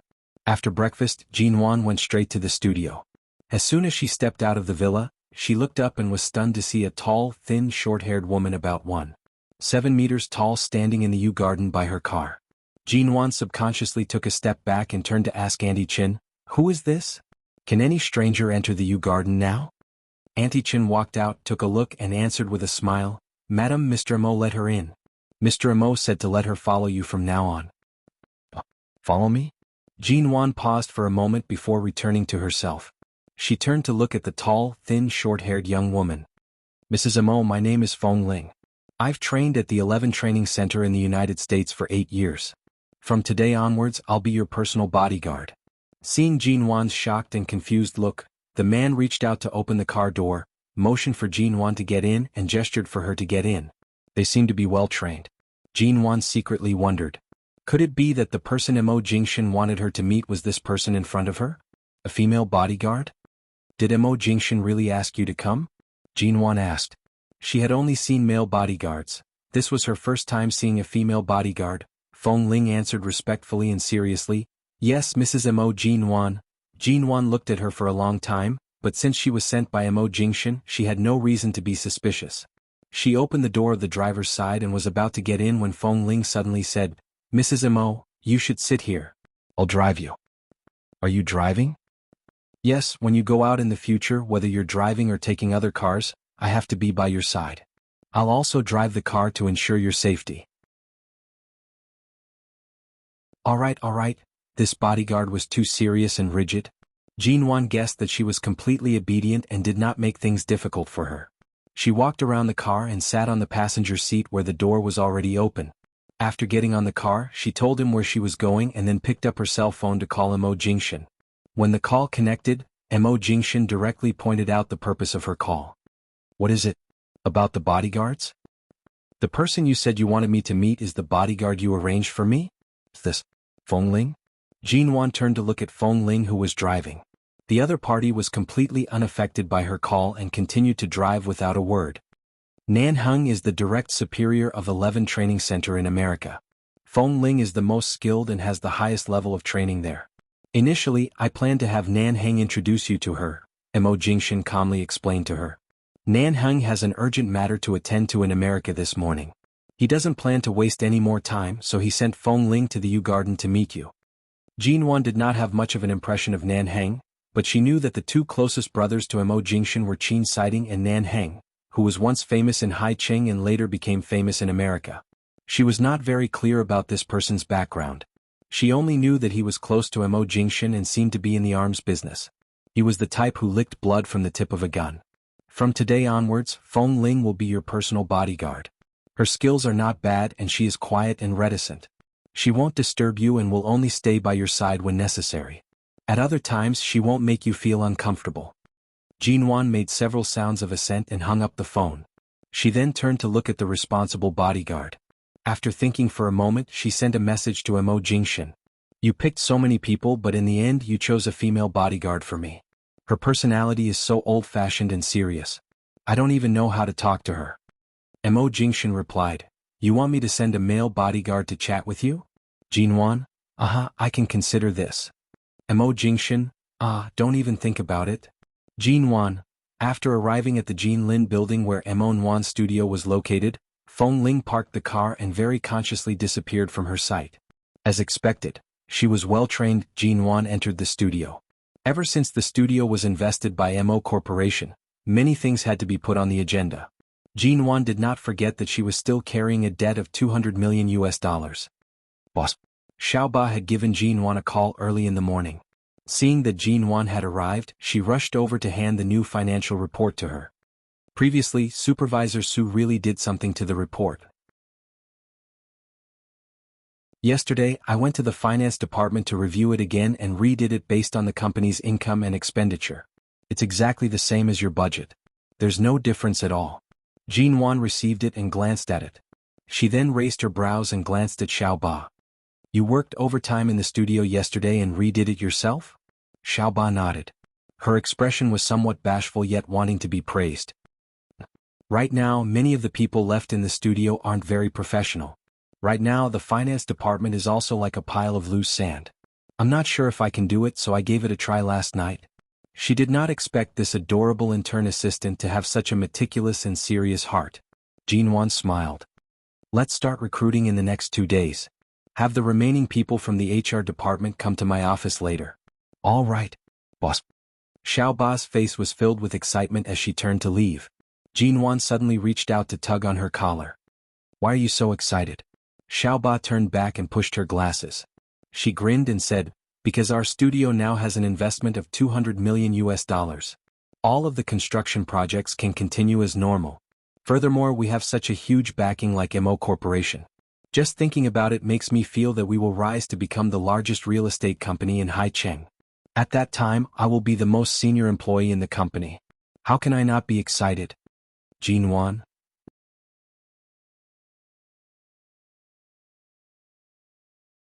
Chapter 142. Jinwan sat in her office, staring at the computer screen on her desk. The studio was still in the stage of preparation. From an outsider's perspective, there were only expenses and no income. No one knew what Jinwan was planning. Some even thought that Mo Jingshan was so rich that he would casually throw her $200 million for her to squander. Even though Jinwan had received such a large investment, her studio was still not viewed favorably by most people. The domestic real estate market continued to decline. Many companies were eager to sell the land they had previously obtained at high prices. Jinwan now had sufficient funds on hand. Not only could the several projects under the studio's name continue to be carried out, but she had also expanded her target to several large cities and suburbs around High City. Every place that was valuable to her was marked with a red circle on the electronic map. Which cities would continue to expand in the future, which abandoned residential areas or barren lands that were currently not valued, were also marked with a blue circle. She was purchasing. From an outsider's perspective, she was purchasing crazily. They thought that she did not understand the market and that she would definitely lose everything. All of a sudden there was a knock on the office door. Xiaoba rushed in with an extremely anxious expression. Jinwan only glanced at her before returning her gaze to the computer screen. She unhurriedly scanned through the map of High City and its surroundings, marking out the places that would definitely be included in the city's plans. Boss Nguyen, that CEO Jin's husband from last time, is here. Xiaoba had run in too much of a rush. She swallowed her saliva before rushing to say, and he brought a few people with him. It seems like he's here to settle scores with us. Jinwan's hand paused on the mouse. She turned around. CEO Jin's husband? Settle what scores? Her words had just landed when the office door was heavily pushed open with a pung sound. Xiaoba jumped in fright. Jinwan noticed the few people who had suddenly barged in. The ones walking in front were tall and strong. They appeared to be those unreasonable thugs and bodyguards who wielded machetes and went around demanding debts. With those people clearing the way, a man who was about 40 years old walked in. He was well-dressed, but he didn't have a good expression on his face. Although he didn't look ferocious, he obviously didn't look like a god of plague that could be easily sent away. After the man entered, he looked around the office coldly and arrogantly and finally fixed his eyes on Jinwan behind the desk. Are you Miss Ji? Jinwan sat behind the office desk. Her gaze was indifferent and she was unhurried. I remember that the security guards of Jinlin building are rather diligent. To be able to bring someone in like this, you're not simple. As if he didn't expect a young woman to have such a strong aura, the man coldly raised his eyebrows and smiled again. However, his smile made people feel a chill down their spines. I didn't expect Miss Ji to be so daring at such a young age. I've heard about Mo Corporation investing in you. I know that Miss Ji has a backer, but no matter how strong your backer is, you shouldn't meddle in other people's business. The man seemed to be smiling, but his tone was cold and unkind. Jinwan's beautiful brows rose without a trace. I was wondering why you suddenly came here. So it's because your backyard is on fire and you've been suppressing a stomach full of vexation, so you came here to vent it out? As she spoke, Jinwan chuckled softly. CEO Jin came here to make a fuss a few days ago. The two of you are truly husband and wife. One brought a lawyer to terminate the contract, while the other brought thugs to block the door. Those who don't know would think that the two of you are opening some charaba. You're not even in charge of a proper investment company. The man coldly narrowed his eyes. You also know that I'm here to block the door? I don't wish for your studio to be smashed into smithereens just after it was built. I'll have to trouble Miss G to make a trip with me right now and explain the video you obtained to my wife. Jinwan ignored him. She casually pulled up the information of this investment company on her computer. CEO Jin, who came to terminate the contract previously, was the person in charge of Tianxing Investment Company's finance department. The person before her was the general manager of Tianxing Investment Company. His surname was Xiao, and he was also the legal representative and founder of this company. Jinwan turned back to look at him. Her tone was gentle and calm. Mr. Xiao, I have no interest in your family matters. The private dealings between you and the previous finance department manager of our studio have nothing to do with me. Supervisor Su committed the crime of embezzlement, which was why I handed her over to the police. I personally handed over all the crimes she committed at work to the police. I don't care if you're here today because CEO Jin found out about your shady dealings and started a fight with you, or if you're here to seek justice for Supervisor Su. None of this should be blamed on our studio. I'm the person in charge here. It's my right to hand over employees who have committed crimes to the police. You're a successful man nearing his 40s. You have a family and a child. Do you need me to teach you such simple logic that even a primary school student would understand? CEO Zhao's expression was extremely displeased. You're a little girl who hasn't even grown up yet. Are you trying to lecture me? Of course not. I'm not the type of person who would waste my breath on unrelated people. Jinwan coldly curved her lips. To me, it's only Supervisor Su who committed a crime. As for the shady dealings between you and her, since I can find out about it, the police can easily follow the clues and find out as well. Since this matter has passed through the police's hands, it's not strange for your wife to find out about it. So, what's the point of you coming here to act tough? It's not like I allowed you to stay in such an unsafe little hotel. It's not like I was the one who installed illegal cameras. You can't control your lower body and now you're taking your anger out on us? Ji Bian's face seemed to carry a smile, but his eyes were filled with mockery. Don't King talk nonsense with me here. If I were to get a divorce because of this, the company's shares will change. I'll lose at least several 100 million yuan. How can it be resolved with just a few words from you? Just because you have a backer, you dare to be so arrogant. I think you little girl are asking for a lesson. CEO Zhao's expression suddenly turned cold as he gave the thugs a look. The thugs abruptly kicked over the coffee table and spare chairs in the office. They moved forward to drag Jinwan out. Jinwan's brows furrowed. She did not expect these people to be so unreasonable as to act unreasonably in front of her. She stood up and was about to signal the frightened Xiaoba to hurry out and call the police. However, one of the thugs suddenly grabbed Xiaoba's collar and dragged her back. Xiaoba cried out softly. Jinwan's expression changed. She rushed out and was about to help Xiaoba up when the thug suddenly raised his hand to grab Jinwan's hair.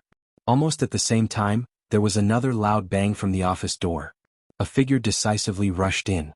Jinwan had yet to react when Feng Ling, who had abruptly entered, pulled her behind her. You're tuning in to the Han Li's Wuxia Adventures YouTube channel. We're so grateful for your support and don't forget to subscribe to join us on this incredible journey through captivating stories. Your generosity through donations truly makes a world of difference, as it's the primary source of revenue that allows me to expand and enhance this channel for you. Thank you from the bottom of my heart for being a part of this adventure.